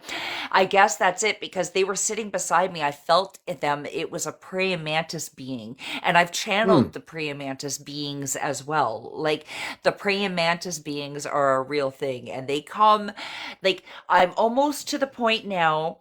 Like I'm able, and I have been able to sit in the dark with my eyes open, and yeah, that's enough. Sorry, hold on. Got the dog I've going there. yeah, but sit there with my eyes open, and have flashes of beings come into my face without Hmm. me having to close my eyes or anything. So I know that they're physically coming to me. I know Hmm. that I'm feeling their energy and I'm being able to feel, but I'm not to the point that I can see them yet. So Yeah. so I would love to hear what's happening with what Friends with Fairies, right? What's Oh your yeah. real name? So Yeah. April. Yeah. April. April's contact. The contact that is happening, and when she started having contact, I knew just when she was talking about the space people, the ones that are on the ship are human like us. They are very much beautiful. There's no other. They don't look like whatever you're speaking of. Very very different because of the frequency they come from, the vibrational patterns of the consciousness. So, Friends of Prairies can give you kind of an understanding of what we're going to be going through soon in the next few months. She's already, they've already taken her on the ship. So, if you've not heard her story, it's a beautiful story and a very positive, loving story. And it's something that I think that you can talk to her and she can share the most beautiful things she's experienced and documented. Oh, I'd love to hear it. I'd love to hear it. Sure. So we'll turn it over to April. So, a couple of weeks ago now we're going into about a month, when I've had contact as a child, and actually been up in a ship as a child. Now my star family had actually pulled, me and my siblings and my aunt out of a burning vehicle, and saved us, and that's when they first made contact with me. They had actually pulled me into a ship by a beam at that point, and my family was frozen down on the earth, next to the vehicle, and the fire was put out and all that. But I was brought up into the ship, but I was only 6 when that first one happened, and I remember I was holding the being's hand and went up into the spaceship. And I remember seeing the being look like a regular human being wearing a plaid shirt and some jeans. And then turned into a light being with wings, and we went up into the ship. I was told that I had a job to do at that point, and I was also given some gifts, which were, anyways, I was given some gifts. And throughout my life, I've had contact with all different kinds of dimensional beings, fairies, Bigfoots. I've always been able to see them. I am actually friends with them. That's per the name, friends with fairies. And these are very good light vibrational beings that I am in contact with all the time. And so, let's speed it up a little bit. So, about a month ago, I was outside taking my dogs out, and I start feeling a lot of energy, like a lot of energy. I knew something was going to happen. I didn't know what was going to happen, but when you just get that energy burst and that feeling. Anyways, at the edge of my woods, a door had opened up, and beings stepped out of the door. And at first, they were walking slow motion to me, and then they were like to me very quickly, like half a second. They were there. They were like right in front of me. Oh, I'm sorry, I forgot the very first one. The very first one, before I went on this ship, a being came to my door. He didn't knock on the door. I was getting ready again to let my dogs out, and I opened up the door, and they usually all go herding out like a bunch of water buffaloes, charging the door. And there was a being standing there. It scared me because it was like 3 o'clock in the morning, and I didn't know what was going on. All I saw was this big, tall, very good looking, but it startled me because I live up in the woods, and you don't expect to see people standing at your doorway, at 3 o'clock in the morning. It scared me, so I slammed the door in the being's face, and he left. And I when I realized what was happening, I immediately tried to open the door back up, but he was gone. So then the second one was the one with the door. And the door had opened, and then they walked. At first, seemed like it was slow motion, but they were pretty far away from me because my grassed yard area is, probably, if I would to give it a length of, because it's different shapes, but where their ship was probably like a full city block away from where I was at on my. Yeah. And this door had opened up, and these beings had come out. And anyway, so they were to me in seconds, and they were talking to me, and they were telling me, oh God, I'm getting my whole stuff mixed up here. There's been so many contacts. I know you've been so much contacted. When you got on the ship, they took you in, Right, and you got was to this was my first ship experience. the first ship. Yeah, I'm getting them confused. The second contact, the being came to me, and he came down in a drop of light, and then came to my my porch. I'm sorry, let me back this up a little bit. There's been a lot of recent contacts. So he comes down in a drop of light, comes up to walks in this beam. It's like ball of light to my porch, and I was really excited to see him. I was like over talking and getting over excited, and he touched my head like to basically shush me, and then told me that I had work to do, and so anyways, it was a little bit of conversation, and then he left, and then he came back with that door opening, with other beings, a female and a younger male being.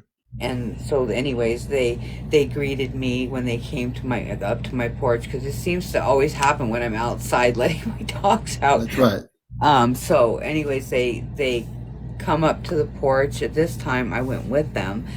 He reached his hand out, and I placed my hand in his, and I was immediately surrounded by this light that they were all walking in, and I actually melded through my porch railing, and within, like, at first it was like slow moving, and then we were like immediately to the ship door, and I even Yeah. paused and looked on either side of the doorway because I couldn't see the ship. All I could see was this opening, this door. Opening, right. Right. So then I go through this beam of light, and I immediately felt like I was naked. So I had crossed my hands over my breasts, and I was placed into a spacesuit. Yeah. And the spacesuit was explained to me that, and it was the lightest feeling material. Material. It felt like you were wearing like skin. It was very, very light. Like I thought I was naked because pardon me, crossing my hands over my breast, Right. over myself. Anyways, what was explained to me was the suit was placed on me so I could breathe their oxygen because um, the oxygen is similar to ours, but not quite the same. And Right. they said I would have labored breathing if I didn't have that suit on. So the suit actually helps you breathe, and it also helps you. It has a communication device in it, so Yeah. it translate any language into a language that I can understand. Yeah. So that was the first one, like on the ship. And Um, April, is the oxygen level there more pure than the oxygen on Earth? Because obviously, yeah, and that's why I guess my question is the oxygen we breathe, it can't be always as pure because of everything in our atmosphere. But the I, oxygen they breathe, is it purer than the oxygen we breathe? I actually, Commander, I didn't ask that question, so I'm not Okay. sure. I'm not sure the answer. I'm just assuming that their oxygen is because they said it was similar to ours, but not quite the. Yes. That's just what they told me. So I don't know if their oxygen is like better than ours or if it's Yeah. not. They said I would have labored breathing in it, so they Yeah. Interesting. the suit, so I wasn't struggling. Okay. Um, Yeah. so there's been a few other contacts since then. This last one, I didn't actually walk onto the ship. I was actually escorted onto, and I've been onto different ships. They've brought me onto different ships to give me information. They have fed me on their ships. I've got to see how they grow their crops because they have different types of ships. They have one ship is called a living ship, and that's where they actually physically live on, where they grow their crops, where they raise their families and stuff like that.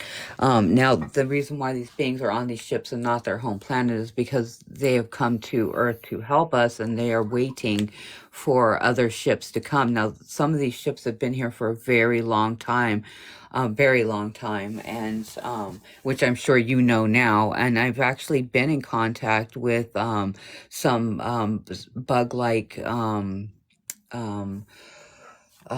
beings. They have my property is very, very protected. Only beings of light are allowed on my property. So when you say that you have like transformed or have seen these beings, I believe you because I've seen them too. One had appeared. It was raining, and I was out pulling my garbage, and she wasn't expecting to see me. And I was on my porch, and it messed with her cloaking devices on her suit that she was wearing, and she was very friendly. I didn't get a sense of scariness from her or dread, and if I'm around anything negative, that's one of the gifts I have is to be able to tell if something's negative Me too.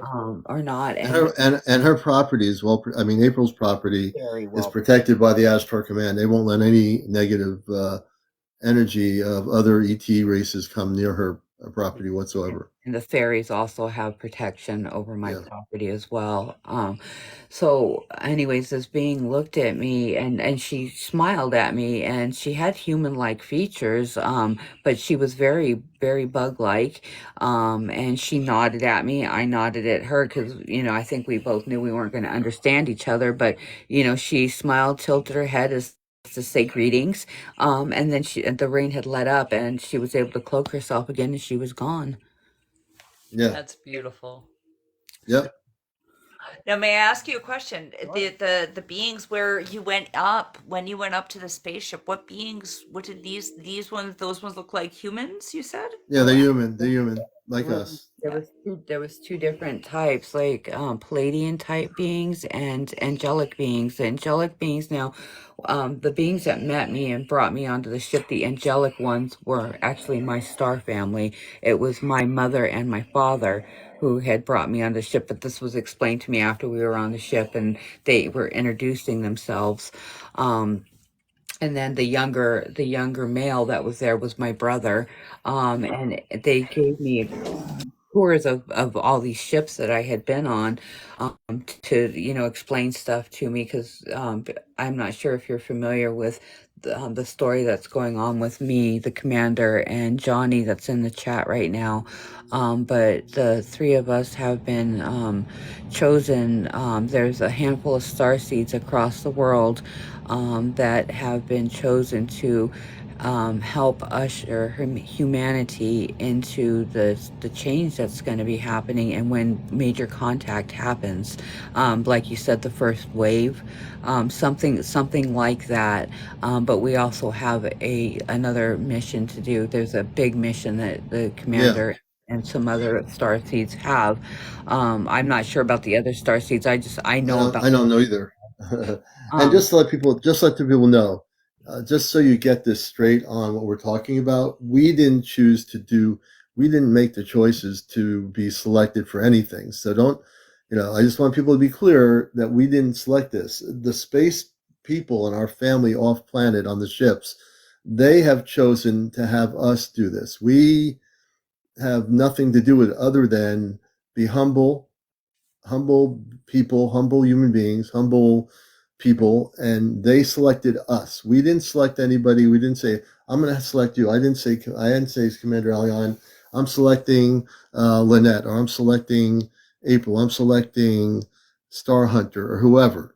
We have nothing to do with that. They're the ones who are choosing who they want to right now do this, and they also, because number one, my cosmic biological family is on that ship. So the other end of it is I have family on that ship that's not just my general star family, they are my cosmic biological family. So do people understand what that means? When I say cosmic, I talked about it earlier, cosmic, like April has cosmic biological family on the ship. I have cosmic biological family on the ship. yeah. And that's why they have made the decision, not us, to, if you asked me last year or 2 years ago, did I know this was going to happen? I would tell you I had no idea. Honestly, I have no idea. I have just no idea. So what has been the in my going onto these ships, there's been lots of communication happening. And so what is going on is that me and the commander and Johnny have a job to do.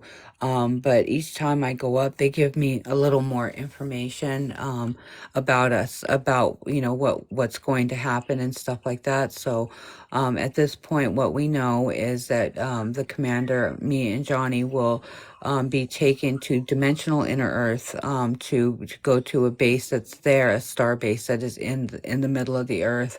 And we will be receiving gifts, and then we will be taken to one of the seven large bases that are in the ocean. There's also smaller ones, but there are seven. We are actually, it sounds crazy, but we are actually going to the original one, the first one, the Yeah. Atlantis, Yep. to receive a second gift. And then, so we know this so far. I was also, when I was taken onto one of the other ships that was called a waiting ship. It's one of their large motherships. And in the midst of all this, I have met the commander's father. I have gotten to see, they call them memory crystals. And it's like pictures. They're like pictures, but they're like 3D dimensional where they're moving and all that. They place these crystals in these devices, and pictures like show up, and it's like where they save their memories. Like I got to see the commander and his different little styles of his space being Yeah. self. Like he's See, a muscular bearded guy that like they show him wearing crystals in his beard and all kinds of stuff. I got to see. Anyway, so the waiting ship actually has our star being bodies yeah. stored in these crystal like cryostasis type Wow. things. Yeah. And I got to see my space body, Johnny's space body. I got to see the commanders. I was also taken into another room on this ship where other star beings are kept. I got to see Chesno, who's, I don't know if he's in the chat or not, but I got to see him and was told of the importance of his job and that he had made these devices that make vibrational music that help to grow their crops. Yeah. And it's a beautiful thing. Like their crops are absolutely amazing. They have some kind of like hydroponic system in these giant, humongous, tall crystals that they have going on. And I got to try one of their and the commander, the commander, that's the Oh first yeah, she thing has me on that one. Yeah. is a pearl. It's A called, pearl. and you want to tell her what it is, Commander? Yeah, because when I go on this ship, I'm going to ask them to give me the seeds for the pearl, which is there. It's a watermelon. It's the size of a grape, a little bit bigger than a grape. It's actually a watermelon that they grow on their planets, and I'm going to ask for the seeds so I can try to grow it here hydroponically over the summer. Yeah. So I have a feeling we'll be going on this journey before the summer, but I don't know. Again, I have Now, no idea when this is going to happen. I now just don't know. wait for this, okay? So the commander's favorite food is star being food. His star being person is the pearls. That's why that was one of the first things that they showed me because his father had told me that that he was all about eating them. He was constantly eating these things. But listen, now in his human body, the commander is all obsessed with growing organic watermelon. That Wow. is true. Isn't That that is very crazy? true. That is absolutely Oh, true. that is something. Isn't And when it? I go on the That's ship, awesome. I'm going to want to learn about how to grow their watermelons, which are really small, and see if I can duplicate and grow them organically when I take them. If I can take one or two of the seeds, I know how to grow watermelon, and I will put it organically in organic soil and see what happens. And I can grow pearl watermelons from off planet here. That to me would be phenomenal. I'm looking forward to that. Yes. And So so what color are the ships that you're going into? What do the ships look like, if you don't mind me asking? I'm asking because I've seen two different types of ships. So they're I'm just different. interested to see what ones I'm comparing stories, girl. I want to see what beings you're meeting and I want to know what So being, It's all real. so the Yeah, I first know, I No know, I know, I know, imagination. I know. It's all I know it real. is. I know it is. I I'm mean, just excited. I'm Lord, telling this help, person, Dan, it's Lord. not imagination. It's all real. It's all happening, and it's all Okay. documented. I thought you were talking to me. I'm like, I know. no, I know, you know. if you go on I'm my reading page, comments I've here. That's actually all. been documenting what I can, as Yeah. quickly as I can before they shut my phones and stuff down on me. I've gotten a lot of stuff, and I've even gotten some stuff off my security camera. Yeah. And I've actually got footage of me being beamed into a ship. Which was this last time I went up into the ship. You can actually see my body being pulled up by a beam. Yeah. But Yep. anyway, It's like, go ahead. so, oh, I forgot where I was going. The Oh, You were ships, the talking about the ships. pearl What and kind then of the ships? ships. so the first two Yeah. times the first times that I had walked onto the ship, I couldn't see the ship at all. All I saw was the doorway opening because That it was makes sense. closed. Because they were landed in my woods, which is heavily protected, and I have documented spots in my woods because I have like a extensive woods that go up way up in the mountains that not all of it's mine, but it all connects together. Anyways, so there was a spot for them to land, but they cloaked their ship. So that's why I was saying when I walked onto it, I stopped at the doorway before I had went through that light that put me in the suit, and I stopped because I was looking for the ship, and I like leaned sideways trying to look to see the ship, but it just looked like the forest. It was crazy. That But was weird. the other ships, now the other ship, one of them was a big mothership, and it was in the shape of a V. And I actually have if you go on my page, there's a mothership that looks exactly like it, and I'm not sure if it's the same ship or not, but it's the waiting ship I was telling you about. And Yeah. this thing This thing is huge. I mean, because when it was going over my sky, I live in the mountains, like the mountains, and so this Yeah. thing reached over three mountaintops high. I mean, we're talking football fields long. And this is the waiting ship. This is the one that they live on. They hide it, just they hide it in our universe, but just off of the dimension or vibration. So they hide it like it's basically like hidden in plain sight, is how they hide their ships. Yeah. Thank you guys for the gifts. And and the other ship that I went on, it was actually a clear ship, almost like a jellyfish, the jellyfish ships that people have been reporting Oh seeing. yeah. That was one. Remember the one where the floor came out from underneath me? I was Yeah. telling you Yeah. about that one. That one was like a jellyfish ship. That was the last one I believe that I went on to, or the second one. I don't know, but one of them was a clear ship, but inside it did not look clear. Inside it was metallic white. They have tons of crystals in these ships, and they have like I had asked you.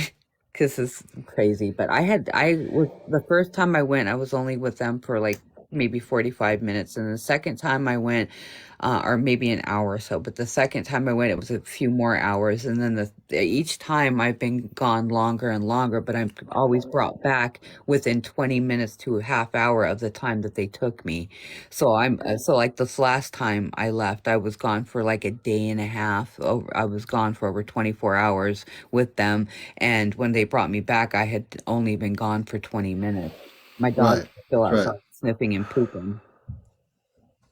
Yeah, Right. yeah. And the thing, and I was going to say, the thing with you watching Encounters, the late night show here, this is where things are happening, folks. And what we're talking about, Lynette talked about some of her experiences. Tess talked about her stuff with the shape shifting, and April was contacted not that well a long time ago, but she has been in contact, which this facilitated me on the show meeting her through TikTok. And I've been on here since early 2023. When I started my show, I met her, not knowing these things were happening and not knowing in my journey and my contact experiences since I was a kid that I knew for many years I had a family off planet.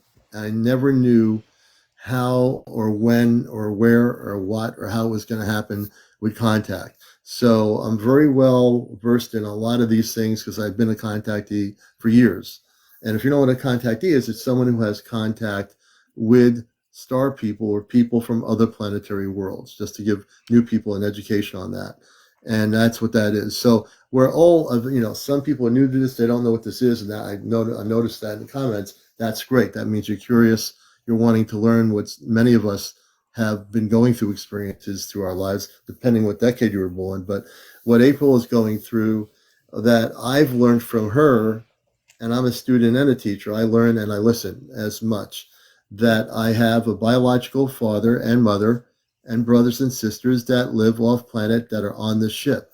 And the beautiful thing is what I feel so loving about in the stories that are told here, that I'm going to be going on that ship this year. I don't know what time or day in 2024.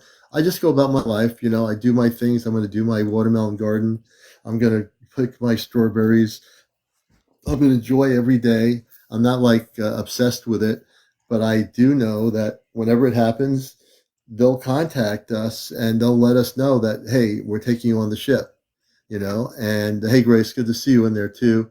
They'll take us. I thought you were sleeping at almost 12:30 in the morning, but she's awake. But we're going to be taken on the ship because we are being taken in a beautiful way. It's not going to be anything other than beautiful. So I can't wait. I've never physically in awakened state been taken on a ship, but I'm going to have my first journey, and I'm very excited. But we're also doing it because they want us to provide information to bring back to Earth. That's going to Dr. Greer's going to be a little bit jealous, I think, when he finds out about this. I don't know if he's ever going to know, but I think we really are serious about what we're doing, and we know we all have a mission. A lot of people here have a mission. Some of you are new to this whole thing, this concept of what is a mission, what are you doing, and that's fine. It's good you're here because you're going to eventually learn on the show what we're all about, all of us here. And I'm very much ready for the experience. I've never been, off a planet in a physical way like April has, but I'm going to experience exactly what April's experiencing. So will Johnny, and so I guess will Chesno. And we didn't choose any of this. They're the ones telling us these are the people that are going to go for now, and that's just the way it is. We are totally whatever's going to be done. We're here on mission to Earth. We're here in humble service to the planet, and we're all coming humbly to take on whatever they wish us to do. But again, it just happens to be that April's family's on that ship and my family's on that ship. Now, I never knew this was ever going to happen, but I can't wait to meet my biological cosmic family. I know they're excited. I know they're waiting for that day. It's going to be like a lost reunion, and I'm just very, very happy about it. Yeah. Yes, I'm also excited. I think that what's happening. I was just getting a lot of information when you're talking. If you don't mind me just quickly saying Yeah, something, go then I'm ahead. gonna drop down. Thank you, I appreciate it. What what it's like your spaceships, because that's why I was asking what the spaceships look like that you're seeing, right? Because if and then someone else in the comments said that they were contacted by gray silver disked spaceships, and I think that that's why I've been so pressed on the fact that mine look like the white ones, and then someone else looks like the gray ones, and yours look like the triangle one and a cloaked one. And I think, and then I had another experience where I flew through a portal and I went to another two different spaceships, and these ones were ginormous, and I was floating through the air. I felt like there was like no gravity, and I was floating. Of course, this is during a meditation. Okay, this is during a meditation, not physical like April's, but this was during a meditation. I floated through, I went through a portal, and I went to this spaceship, and I was there lucid and awake. But these spaceships were huge and they were so intricate, and I didn't go on it. There was one that was circular, but it would look like it had like a base and then like a walkway circular, so in the middle you'd be able to go fly through it, you know what I mean? It looked Yeah, like one of those ones from Star Trek, you know what I mean? Like yeah, legit, like from Star Trek. It was so super cool. And then the other one was huge, and they told me when I was there, they said to me, so I recognize it, or do I recognize it? They said one of those two things. I couldn't quite make out the first half, right, but I heard the recognize at the end. right. So in that moment, I realized that, okay, so that must be my base ship. That must be where my star family, right? Just like your star Ones family that are on the that ones that are ship. close to you, the ones that are saying that they're not too far away from you, that are always around you, those ones are Right. your star family. Those That's ones just our are family. looking out for you. Okay, Okay, so yeah, those were that I have.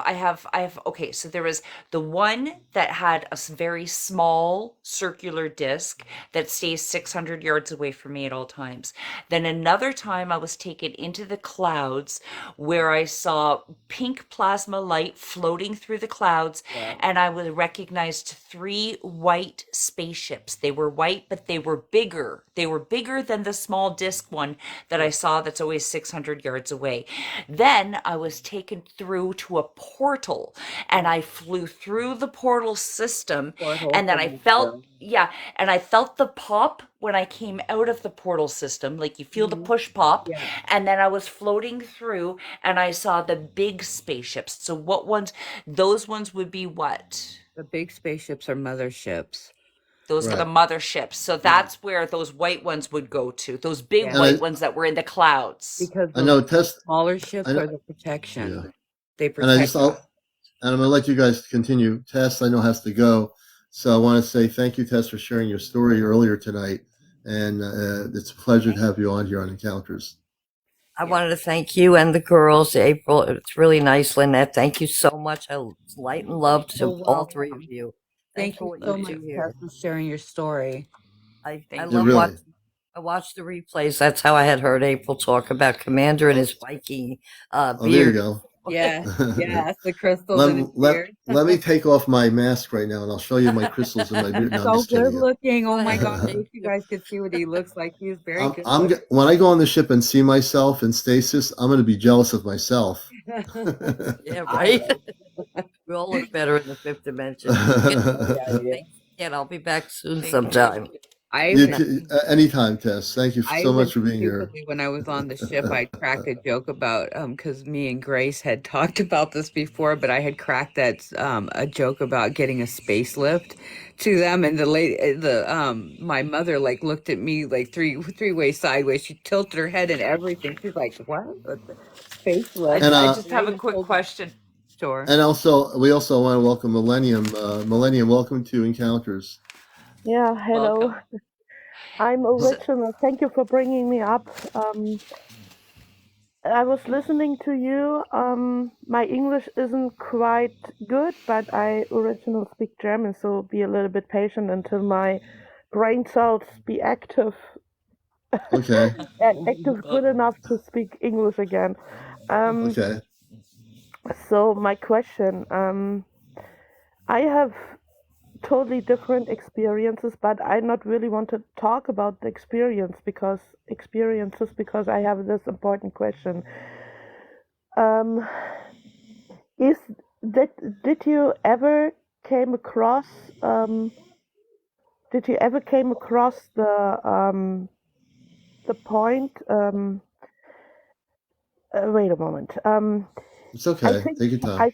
I think covenant. Covenant is the right word. My husband is Government? trying to talk to me. Wait a moment. Was ist los? Come in. Ach so, ich soll reinkommen. Nee, lass mich mal hier sein. Hör mal zu, so. Hör mal so zu. Ich muss mich sehr konzentrieren aufs Englisch. Okay, my husband just, it's okay. Okay. Okay. I start all over. So, so did you ever came across, no, let me start from another point. We know Okay. that the whole existence, universes and creation itself, with all those beings and with all layers of multiple dimensions of higher spiritual levels and coming into physical, you know what I mean. So I know what you mean. everything, Multi-dimensional. everything. I mean, no, everything. And we have those beings of light, and we have all those beings of shadow and more darkness into deeper darkness, beings of deeper darkness, having the agenda to overcome their traumatas in a way, you can say. So, did you ever came across to this that the Most High, like really the creator of everything, in a realm that Yeah, are you talking about God? I talking about this is a The creator, say the ultimate creator, God, source, yeah, creator. It's all the same creator. thing. I mean this I mean there where everything gets hold together. You can name it whatever you want to at that point, okay? I mean really the highest of highest spiritual level. I not even want to go into this whole God thing because this is a whole topic for itself. We don't get into religion here. I'm just right. I just talk about it on the cosmic level, not the religious 3D. Yeah. So God, universally, God created all the different planetary systems of light, and that's what I talk about. Yeah. And exactly, this is words can be really misleading sometimes. The topic, like what is in the words, everybody comes from a different point of view, and fills those words with other stuff. So, what I wanted to my question now: did you ever came across the plan that all those darker beings, that they get the possibility and the chance to be reunited into the realms of light, where are you talking about when you say darker beings? Can you explain what you mean by that? We can name them. Are you calling like lower vibrational ETs? to be right Yeah, direct. something like if there. I know that there are many aliens. You can say we call them aliens out there. They've been around for thousands. I mean, time doesn't mean anything. Like if they're reptilians, or they're whatever you want to name them, Right. and they have been slaved themselves. Some of them, Well, I because can answer there your is a question. I can answer your question. I think I know what the question is. The question question. Yeah. is, the question is, can things like reptilians and others be brought into the light? Maybe, but they're the ones who caused the havoc on the planet Earth for billions of years. Were those that are what I call lower vibrational levels.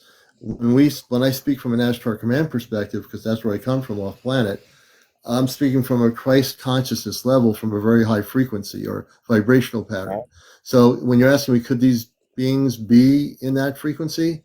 They'd have to do an awful lot of searching and reflection to get there because they're not at that level that the star people are. And so could they get there? Maybe some of them want to get there, but what they've been doing to Earth for so many years before we even existed was not very positive. So, Yes. can they get there? Maybe, maybe not. It depends. But if there is there the yeah, that was part of the question. But did you ever heard? Did you ever got the information? If you're allowed to tell, that's the next question. If you're even allowed to tell, um, did you ever got the information that there want to those beings of light in the higher realms? They want to Right. offer a covenant in a way. I think this is the right word, like a contract, a covenant. A No, contract? No. You mean contract, like in a covenant, like giving the opportunity if they are willing to come back to the family, to the being, to the right? united beings of light, that they want to lift up creation, our creation, and all creations, whatever you want to call them. So they have this goal. I know that. I know some of their goals. So did did you ever heard that there offer the possibility that those No. beings of darker realms levels there have like a evil I can answer your agenda? question. Yeah. I can answer your question. I'm going to tell you right now, from an Ashtar Command perspective, those that are negative ETs have chosen what they have chosen. And the thing you have to understand is if some of them want to be positive, they had that choice for eons of time. Those that are in the lower vibrations that have been doing things like the history of abductions to people on the planet through the different times of period, they've chosen that. The beings of light, the star people, the people that come from higher realms that operate in the very highest levels of light consciousness, have they offered to things to the lower vibrational beings to change their ways? They had the choice to change their ways for thousands of years. They chose not to. The thing I've found out is I'm always working in a level of cosmic consciousness where I don't have any interactions with those levels, and there's a reason for it because their only purpose has been is to do things that are not positive. And can there be a bridge built between those two? You can't. I always tell people you can't mix one part of you as being holding the balance of darkness and one holding the balance of light. It doesn't work that way. You're either all the way light or you're all the way darkness. You can have a choice in the beginning, but if you choose to go the other way, you're not going to hold the balance of both. There's no balance of both. Either you're fully cosmically Christed in light in your mission work, or you're not. And that's just the way it is, because that's where I come from in my experiences coming to Earth. I came from Mars, and there's nothing like that on here. I came from the Ashtar Galactic Command. I work with the command since before there was internet.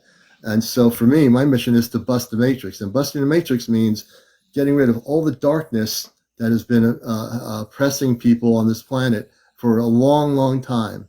And there is no appeasing or whatever you want to call it. It's not that I'm being mean or anything. It's just that is the cosmic truth. The cosmic truth is if you're trying to find a way to let those other beings in, they've been in, and they've messed things up. They mess things up really, really well. So no, there is no way for that. They've chosen their choice, and they've lived in that. They've destroyed their own worlds. They've actually destroyed their own humanity way before they came here to try to destroy this Yes, earth. of course, I know. Yeah. It's just not going to happen. Yeah, I know they're trying to do the same thing here with the technical devices, this evil technical devices. And they're not going. Their evil devices are meaningless because the planet's going into a high vibration. Whatever you've heard or read on the internet, throw it out the window. I'm going to tell you right now, the planet's going into a transformational stage that does not include lower vibrational ETs. It's not going to happen. I guarantee you right now. I'm talking direct. I'm giving you information. Forget all the stuff you hear on the internet, on TikTok, whatever. It's all not true. Yeah. That's Hey, my I answer. have a question. I have a question. I have a question. Since you since the two of you, you and Angela, is it Angela or Allison? Allison. It was Allison. Pardon me? You mean April? April. Yes, sorry. When you and April say you're saying, it says friends with fairies. I just want to call you friends with fairies. It's easier for me. But since you two are you're coming from the same ship. All right, like your ancestors are on the same ship, so that is your main contact. Whereas mine's like a different ship, right? Like yours is this ship, mine's a different ship, and that's the one thing that we all have to remember is that we all have contacts with different ships because there's so many ships out there. We just got to find our ship will find us. Our ship will find us. Yeah, your ship will find you. Our ship will find us. We don't have to find them; they'll find us. All right, but would that mean, because I heard a comment here, Dan was asking, because he heard you say that you were from Mars, and he was asking, does that mean you're from Mars? So does that mean that both of you would have our origins from Mars because you're both coming from the same ship? Is that not necessarily? No? Let me explain something. So for me, when I was a kid, and I'll answer Dan's question, when I was a kid, like I said, I chose to come here from Mars. Now, when I was a baby, I didn't know I came from Mars. When I was a little kid, I never talked about it. When I was old enough, in my preteens, I just blurted out to friends playing baseball in the cul-de-sac playing stickball. I yelled and said, "I'm from Mars." Now, what kid would say that out into the blue moon? They were so angry at me for saying that. I said, "I'm from Mars." They were not happy, but they, it was a different relationship after that. But as I got older, I never forgot my contact experience with the space people as a kid. I mean, I couldn't deny my existence was more than just being this kid growing up in the 1960s. I was definitely not just your average human being. I was from Mars. I also learned later that I worked with the Ashtar Command off planet. I worked in intergalactic communications. I'm fully conscious, people. I am completely conscious. I have the human consciousness. I have the cosmic Christed consciousness. I have the Martian consciousness, and I work directly. I'm telepathic, and I'm a conduit for the Christed, for the Christ. I've done healings. I'm not the one who does them. I'm a physical conduit, if you know what the definition of that is. So I have many chapters to my book here as I'm speaking. And yes, I am human, but no, I don't have any strong dreams or something. I am definitely from Mars. I live on Earth. I am physically human. I don't deny my humanity at all. All I'm saying is, before I came to be a biological human person, I came from Mars. I know my experiences. Everything I talk about in my workshops, everything I've done is real. Whether you think it's real, if it's real or not, that is certainly up to you to figure that out. All I can do is tell you my stories are from experience, not from dreams, not from hopeful wishing. These are real experiences. I've been on radio for 21 years on Ashtar Command Radio on NPR Radio in Connecticut, sharing these things, coming out of the closet and sharing it. And I'm very happy, with who I am. I respect my own beingness. I know who I am, where I've come from, what I'm doing, and I'm fully confident in every single thing I do, including this show here on TikTok. I'm very honest about it. I hope that answers your question.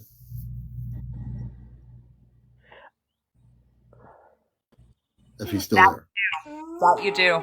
No, I am here. I just ran to I was making sure that Dan. I'm just responding to his question. The real Nemo asked me, "How is Mars?" So I'm going to talk about Mars. We're getting at 1 o'clock. We're going to end the show tonight because it's getting late.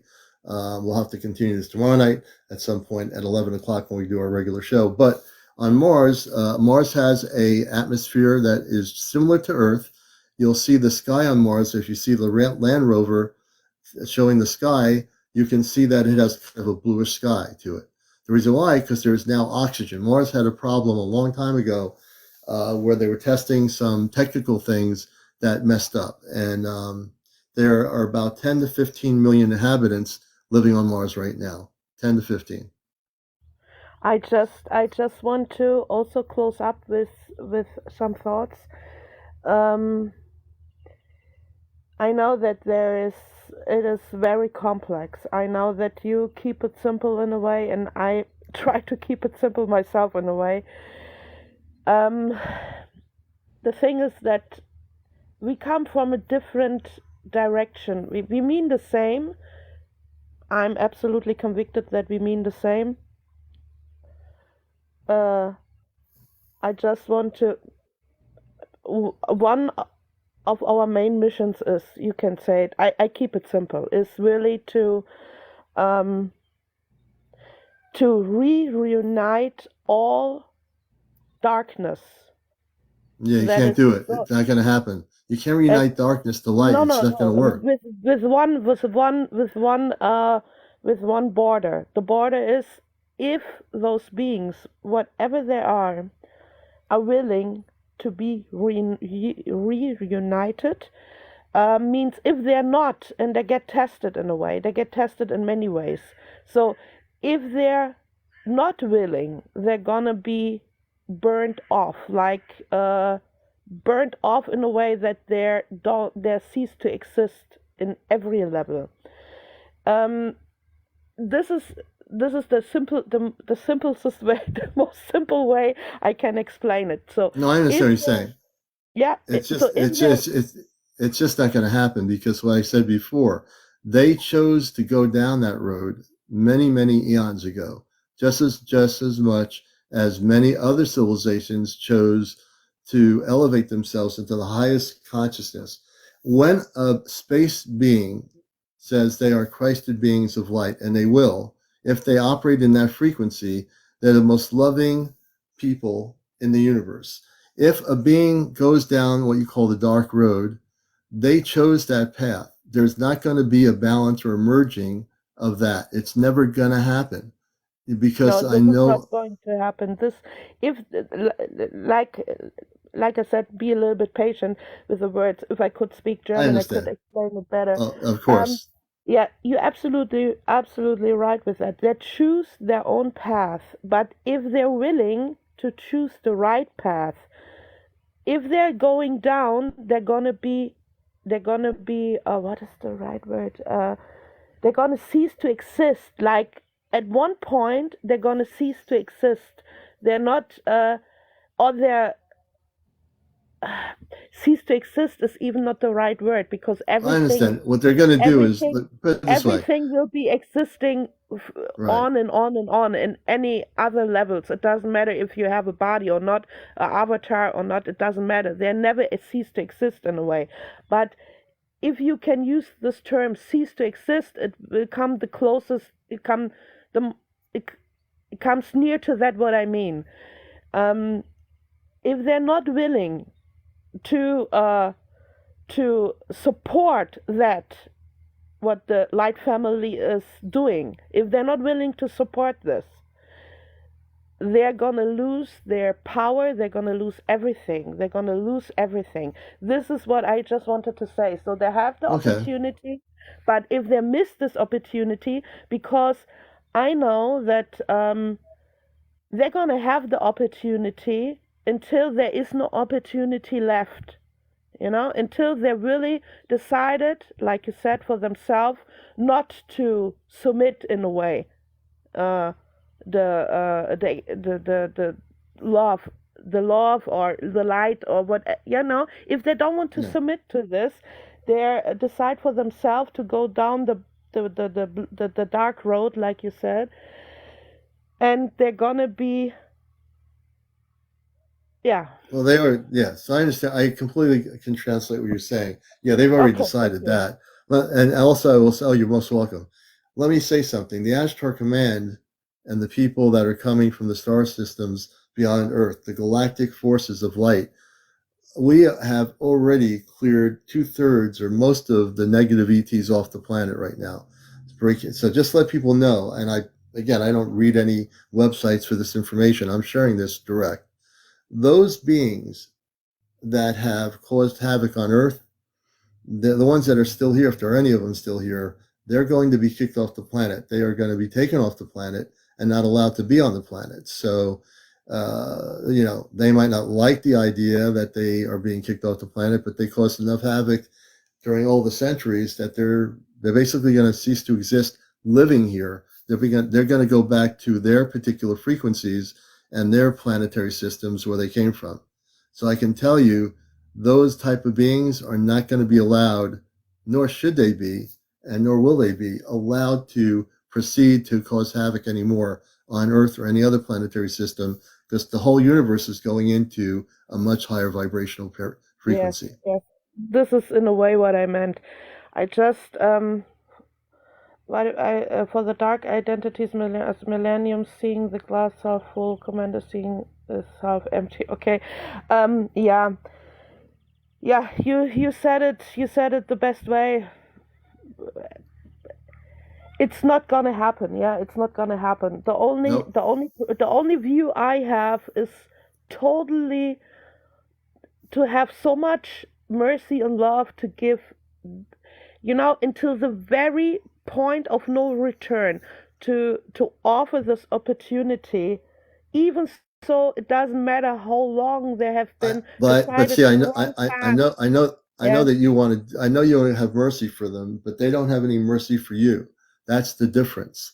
You can have all the love in your heart, but that doesn't mean that they have that love, because they've been in conflict with the forces of light for way before we've been here. So understand this. There is no mercy. It's not that we don't have any love. They're the ones that have no mercy. They're the ones who caused havoc for millions of years on Earth, not just on this planet, but other planets in our solar system and other galaxies. So as much as you're pushing the idea that maybe we can have some mercy, it just isn't going to work. It never has. They don't have any mercy. If they had control, this planet would be so messed up you wouldn't believe it. Do you understand? Are you still there? I'm here. I'm here. I'm here. I'm here. My husband Do you was under, just so everything is okay. No, I get this point, but the thing is, I can really not correctly explain it, and I not even I got the know. lay. As you said, I'm so sorry because my That's husband. okay.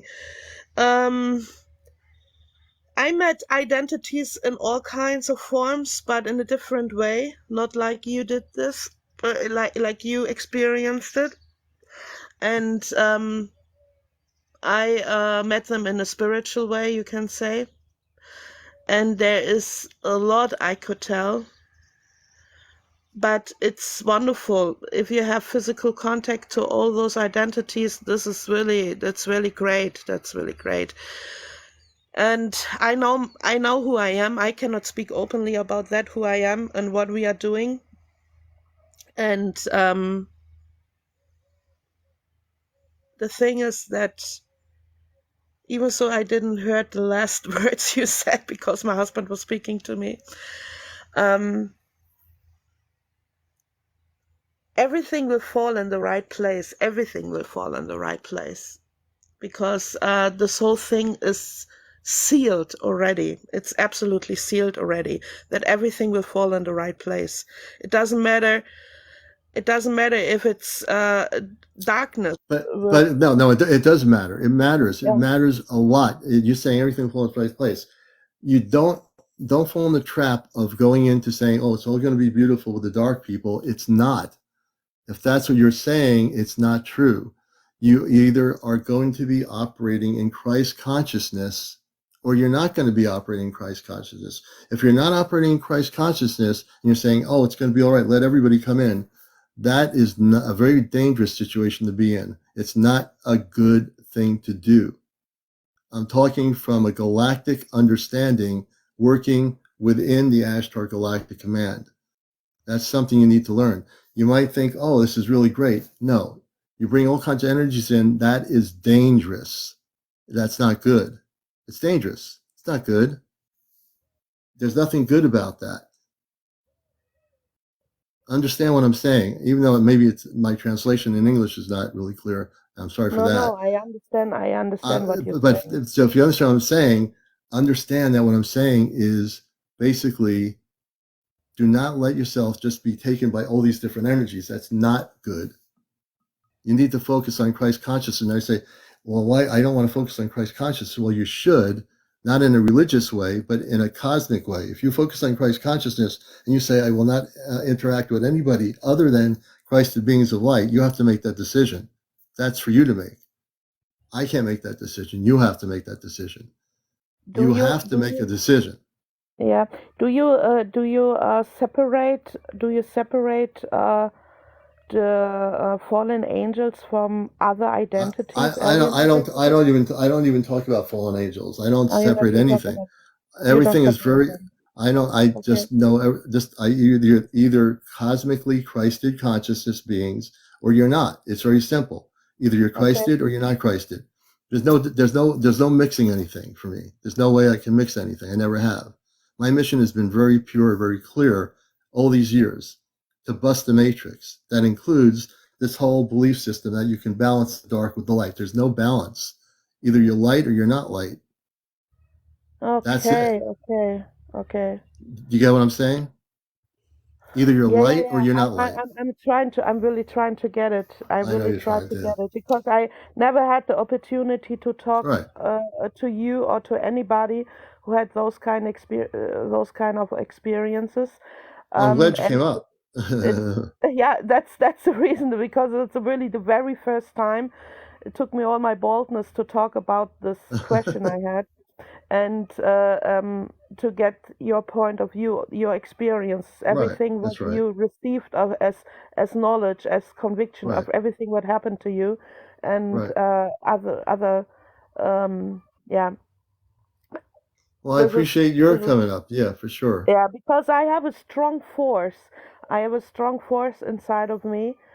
Uh, that light will consume, is this the right word? Will Light will embrace. Light will actually vibrate through your whole body as we go yeah, into a higher state of consciousness. All our bodies will vibrate in a higher state of because light. there will be no darkness anymore. It will not, it will Right. That cease to you're right exist. about that. Yeah, Right. maybe I can really not explain it the right way, because No, you're doing all right. yeah. Thank you so much. Thank you so much. We had the opportunity to meet in this kind of Yes. level we met.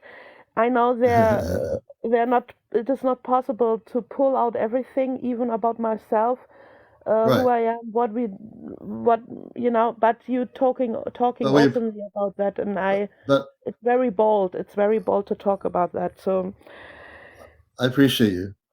thank you so much for answering, for talking to me. All right. And you have Yeah. a blessed evening too, okay? Good evening. Bye. Bye. Thank you So for that was April, a different perspective, right? yeah. Yeah, that really was. Yeah. I don't know if she was getting it or not. I was like, I I don't know. know she's There's having had little bit of a feelings for language barrier here, but it was but yeah, so it's just one of those things where with me, it's there. I've had people over the years say to me, "Oh, Commander, we have to you have to balance it." I said, "No." I said, "I came here to kick the cosmic, whatever, out of the dark forces and get rid of them off the planet. I'm here to bring love and light and higher frequencies of understanding. There's no room for." I understand what she was kind of getting at, even though she didn't understand completely everything because she's I think German. But I did try to understand, what she was trying to try. I was trying to translate a little bit of what she was saying. But I think that the most important thing we can do is realize that there's no room for negative ETs on Earth or any other planet. It's time for all that to stop, and that's what's going to happen. It's It done. really is, and they are already working on getting the ones that are still hidden here out. Yeah, I and mean, we're going to get them out. Our families on the ship are here for that purpose. That I'm going to see. They're here to make sure that there's no more negative ETs on the planet. And when we go on that ship, we're just gonna whoop them right out of here. I'm very clear in my consciousness. April's very clear in her consciousness. Many of you are very clear in your consciousness. We're not here to, try to give mercy to those that have tried to destroy everything on this planet and on other planets over the many, many millenniums beyond Earth. This is not the first planet these forces tried to deal with. They've been on other planets, and it's really time for them to stop. exactly. They're going to be stuck in a low frequency. They can't go into where we're going. There's Nope. there's no room for that. No, there's no room for that. No. I'm very adamant about that part of it. Very Which, clear. which is why you were the commander of communications. Oh yeah, that's right. April will tell you when I Communicate see very clearly. when I see my father on board the ship and I am physically being taken off planet. I'm gonna, they know who I am, and they know that I'm very strong. When I came to Earth, I came here to bust the matrix. I didn't know I was from off planet. Well, when you're a little kid, how do you know and remember things like that? I'm not a human being too. So, but when I did remember that I'm not from Earth, and I remembered now, reason I'm here is to educate, use communications as I did off planet with radio, with TV, which I did for a while, and now with TikTok and all that and YouTube. I'm reaching people on my show here. And even though we have a talk show about UFOs and ETs and stuff like that, and we have beautiful stories people have told, we're here to bust the matrix. If people say, "Oh, come on, Commander, let's give mercy to those other negative ETs," no, No. I don't. I don't even want. I don't want to be there. Their energy. I will not ever lower my vibration to go there. Nope. We're Nope. going up, and up. That's what we're doing. Up, not down. Up. You want to go down and hang out with them? Go ahead. Not me. Not happening. Be on planet very long. Yeah, you're not going to be very happy very long either. Mm-mm. Any final comments before we sign off for tonight? Actually, so guys, go look at my page and look at the latest thing that has happened. I was actually, I'll make it super quick, Commander, because I know you want, and I'm And tired. also, actually, we're at 73,000. We need to get to 100,000. So I need everybody to tap on the buttons there and get us to 200,000 like 10 minutes. That means So, everybody. We have 210 people here. Go ahead, April. so last night I was a little upset and outside, and I was talking to my fairies. I'm out there just basically talking to myself, but I was out there talking to my fairies, and and I was asking them questions. I had a few questions about me moving forward and things like that. I don't want to get into why I was out there, but I was Right. sad. And anyways, so I had actually started to cry, and all of a sudden, a small light comes down from the sky. Just a small little light comes down. At first, it was about like 10 or 15 feet in front of me, and then it was like right in front of me, like 5 feet away from me. And this light started to get a little bit bigger, and I can see my little fairy friends pulling this light open, and it looked like a small portal of some sort. So I'm sitting there and I'm watching it, and it changes shape. It changes from a square to a circle, then back to a square, and then a circle again. And then all of a sudden I get this overwhelming feeling of love. Just love. Mm. And it was beautiful. And I could feel it, like it felt warm, and just, it felt like somebody, like a really chubby, warm person just giving you a big hug is what it felt like. So, Wow. so anyways, I know that happened, and then I'm watching this light, and in this light, it started changing into faces. Oh, Um, wow. and, and the faces were of me, Johnny, and the commander, it showed me laughing, it showed the commander laughing, it showed us crying, it showed us having fun, but it actually made our faces in this, and I of course, I had my camera, I was out filming that right Oh away. man, I got to see that. So I got it. It's a little fuzzy from transferring it from my photos and then, trying to expand it a Yeah, little so you could see it better. But I mean, but if you hold your phone or whatever you're looking at it, the device that you're using back, you can see the commander's the second picture as the commander. The first really. me looking down, and then you can see Johnny's profile. I And you can't can wait to see this. hear that. You recorded it? I just posted it just before I came on. Really? I can't wait to see that. Yeah, it was actually a beautiful thing. Wow. So what they were doing was reminding me of, I immediately knew what they were doing. They were reminding me of my friendship with you, Commander, and with Johnny, and basically telling me that, that I need to basically stop being a crybaby at the moment and start moving forward with our Yeah. friendship and our mission. So. Yeah. And like I said, I feel, and all of us here, April, me, we all love everybody here. All those who've been with us and with me since I came on TikTok. Everyone here is loved. Everybody, we're all humble here. I'm the most humblest person you'll ever meet. I have no ego. And so what we're going to be doing, the mission that we're going to be doing to go on the ship, they chose the three of us and also Chesno. We didn't know who they were going to choose or how that works. We have no idea how things Not work. Chesno. I just saw Chesno's body. He was in, or his space being body. He was in another. So it's another thing. Interesting. I Yeah, think Chesno will want to see that for sure. yeah. So I can't believe we're at 80,000. We need to get to 100,000. Can we do that? Can we do 100,000 likes? Tap Can we tap really tap, do it? guys. Tap tap I know tap. if everybody did it, I can go to sleep. I can't go to sleep until we have 100,000 likes. Maybe if you sing a song, they'll tap quicker. If I sing a song, that could cause something else to occur. I'll sing a song.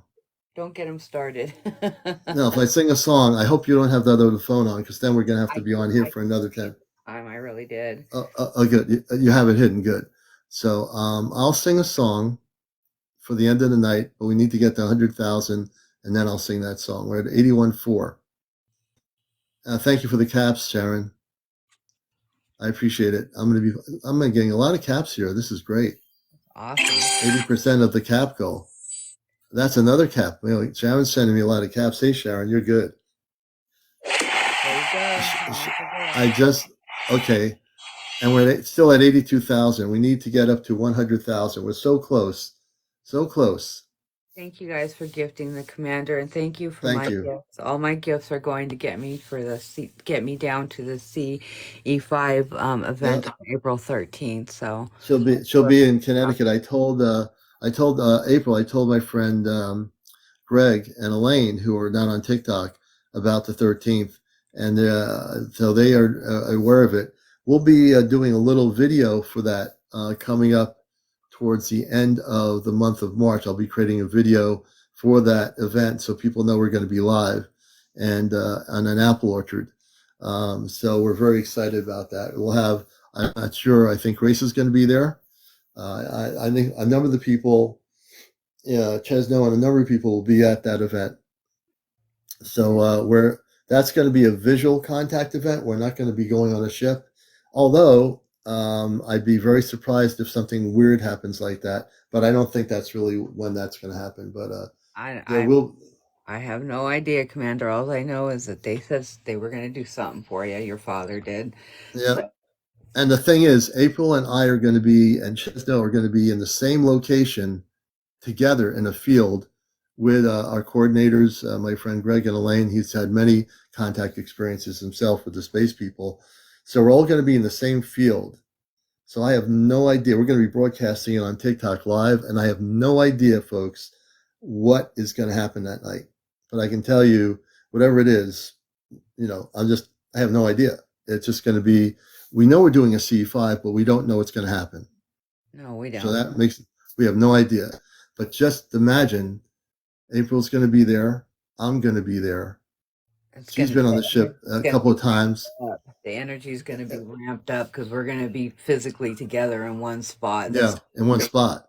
If crazy stuff happens on us being just on phones, can you imagine what it's going to be like when we're actually physically side by side? That's going to be What'd be kind of funny is if they land the ship in the apple orchard, however they do it, open the door, come out, and we're there live broadcasting. I'm being hypothetical here. I could do that. I have a good imagination. And then all of a sudden we're taken on board the ship, and we keep our cameras live, and we just disappear on the ship on the 13th of April. That would be Zilla's coming down from Maine to be at. I think he's coming down for the event in Ledyard. I think that's the main event he's coming down to. I don't know if he's coming down to both of them, but he'll be down in Ledyard. But we got some really wild stuff coming up here, folks. And those of you that are coming, make sure you bring your favorite type of like bagel or crackers or something, because I am bringing some cream cheese. I'm bringing a whole variety of different cream cheeses, so we got some snacks. And bring some water with you. Maybe you want some natural juice drinks or something. Bring things and bring something comfortable. Bring a chair to sit down on in the field. Something comfortable, or a blanket. Make sure you're comfortable. Oh, absolutely. And the commander's going to be getting his birthday gift and his gift from his father. Yes, and this is something that's going to be amazing to me. I think it's something, I keep getting this download that it's an activation device of some sort, but I guess I'll know more about it when I have it. So I'm getting something from my father on the ship that April already has. She brought back off the ship. It's a physical device, I think, but I don't know what it does. I'll find out when I get it. I'm so excited. I gave it to my fairy friends to put away because, like I said, it's I tried to take pictures of them, of the two, because I received one from my family and the commander got one. It's not a huge, I mean it's a huge deal, but they gave me these to bring back, and the commander's father gave me one for him to give to him. And I tried to take a picture of these things with 3 different phones, and the energy was so strong off these things, I couldn't get a clear picture of them. Yeah, this is amazing. And I've also been guided that when I get the gift, no one can touch it. There's a reason for that. It's yours. It's not, yours. not it's no. If one sees it, I can't let anybody touch the device that's being given to me from off the ship.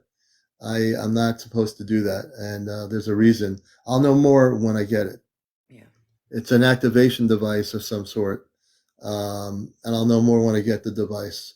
I don't know what they do, but I don't know either. They look like. Well, I guess we're going to find out, and maybe if they're making an appearance, maybe we're going to learn more about the device when I get it. Everything is very fluid here, folks. Yeah. So I don't know a whole lot. Everything. I don't know. That's really, I've said more I don't knows than I'd say I know. There's a lot of things I do know. This experience is something that I do know is happening. I just don't know how things are progressing and the way it's going to be. That's the only thing. We're at 99.2, almost at 100,000. I wish I didn't have to go to do any 3D work tomorrow. I'd stay home and just chill out. But we're almost at 100,000. And I think we're going to make it. Bingo in a minute. 100,000.1. Very good, folks. We love you all. You guys and gals all made it happen here, right? You all made it happen. I love you all, and we're just get yourselves excited because things are happening. You're going to love the show on the 13th at the Apple Orchard. We'll be broadcasting in Ledyard when Grace and everyone gets together there. We're going to be live in Ledyard, Connecticut, in the United States, doing 2 major events and C5 events. The Ashtar Command Contact Program event will be on the 13th. And April will be down here with us in Connecticut. We're going to have a good group of people in our C5 that are going to be gathering together. So I want to thank everybody for watching. It's kind of late now. We'll be back on tomorrow night at around 10:30 or 11. Take care, everybody. Thanks for watching. Thanks for listening. And we appreciate everybody out there. Much love and light to you all. Take care. Apple Orchard in Connecticut, yes. Let's see, Linda Land. Yes, it'll be at the Apple Orchard in Connecticut. I don't know if you're in Connecticut, Linda, or not. I'm following you. Good night, everybody. Take care. It's time for me to depart. We'll catch you later.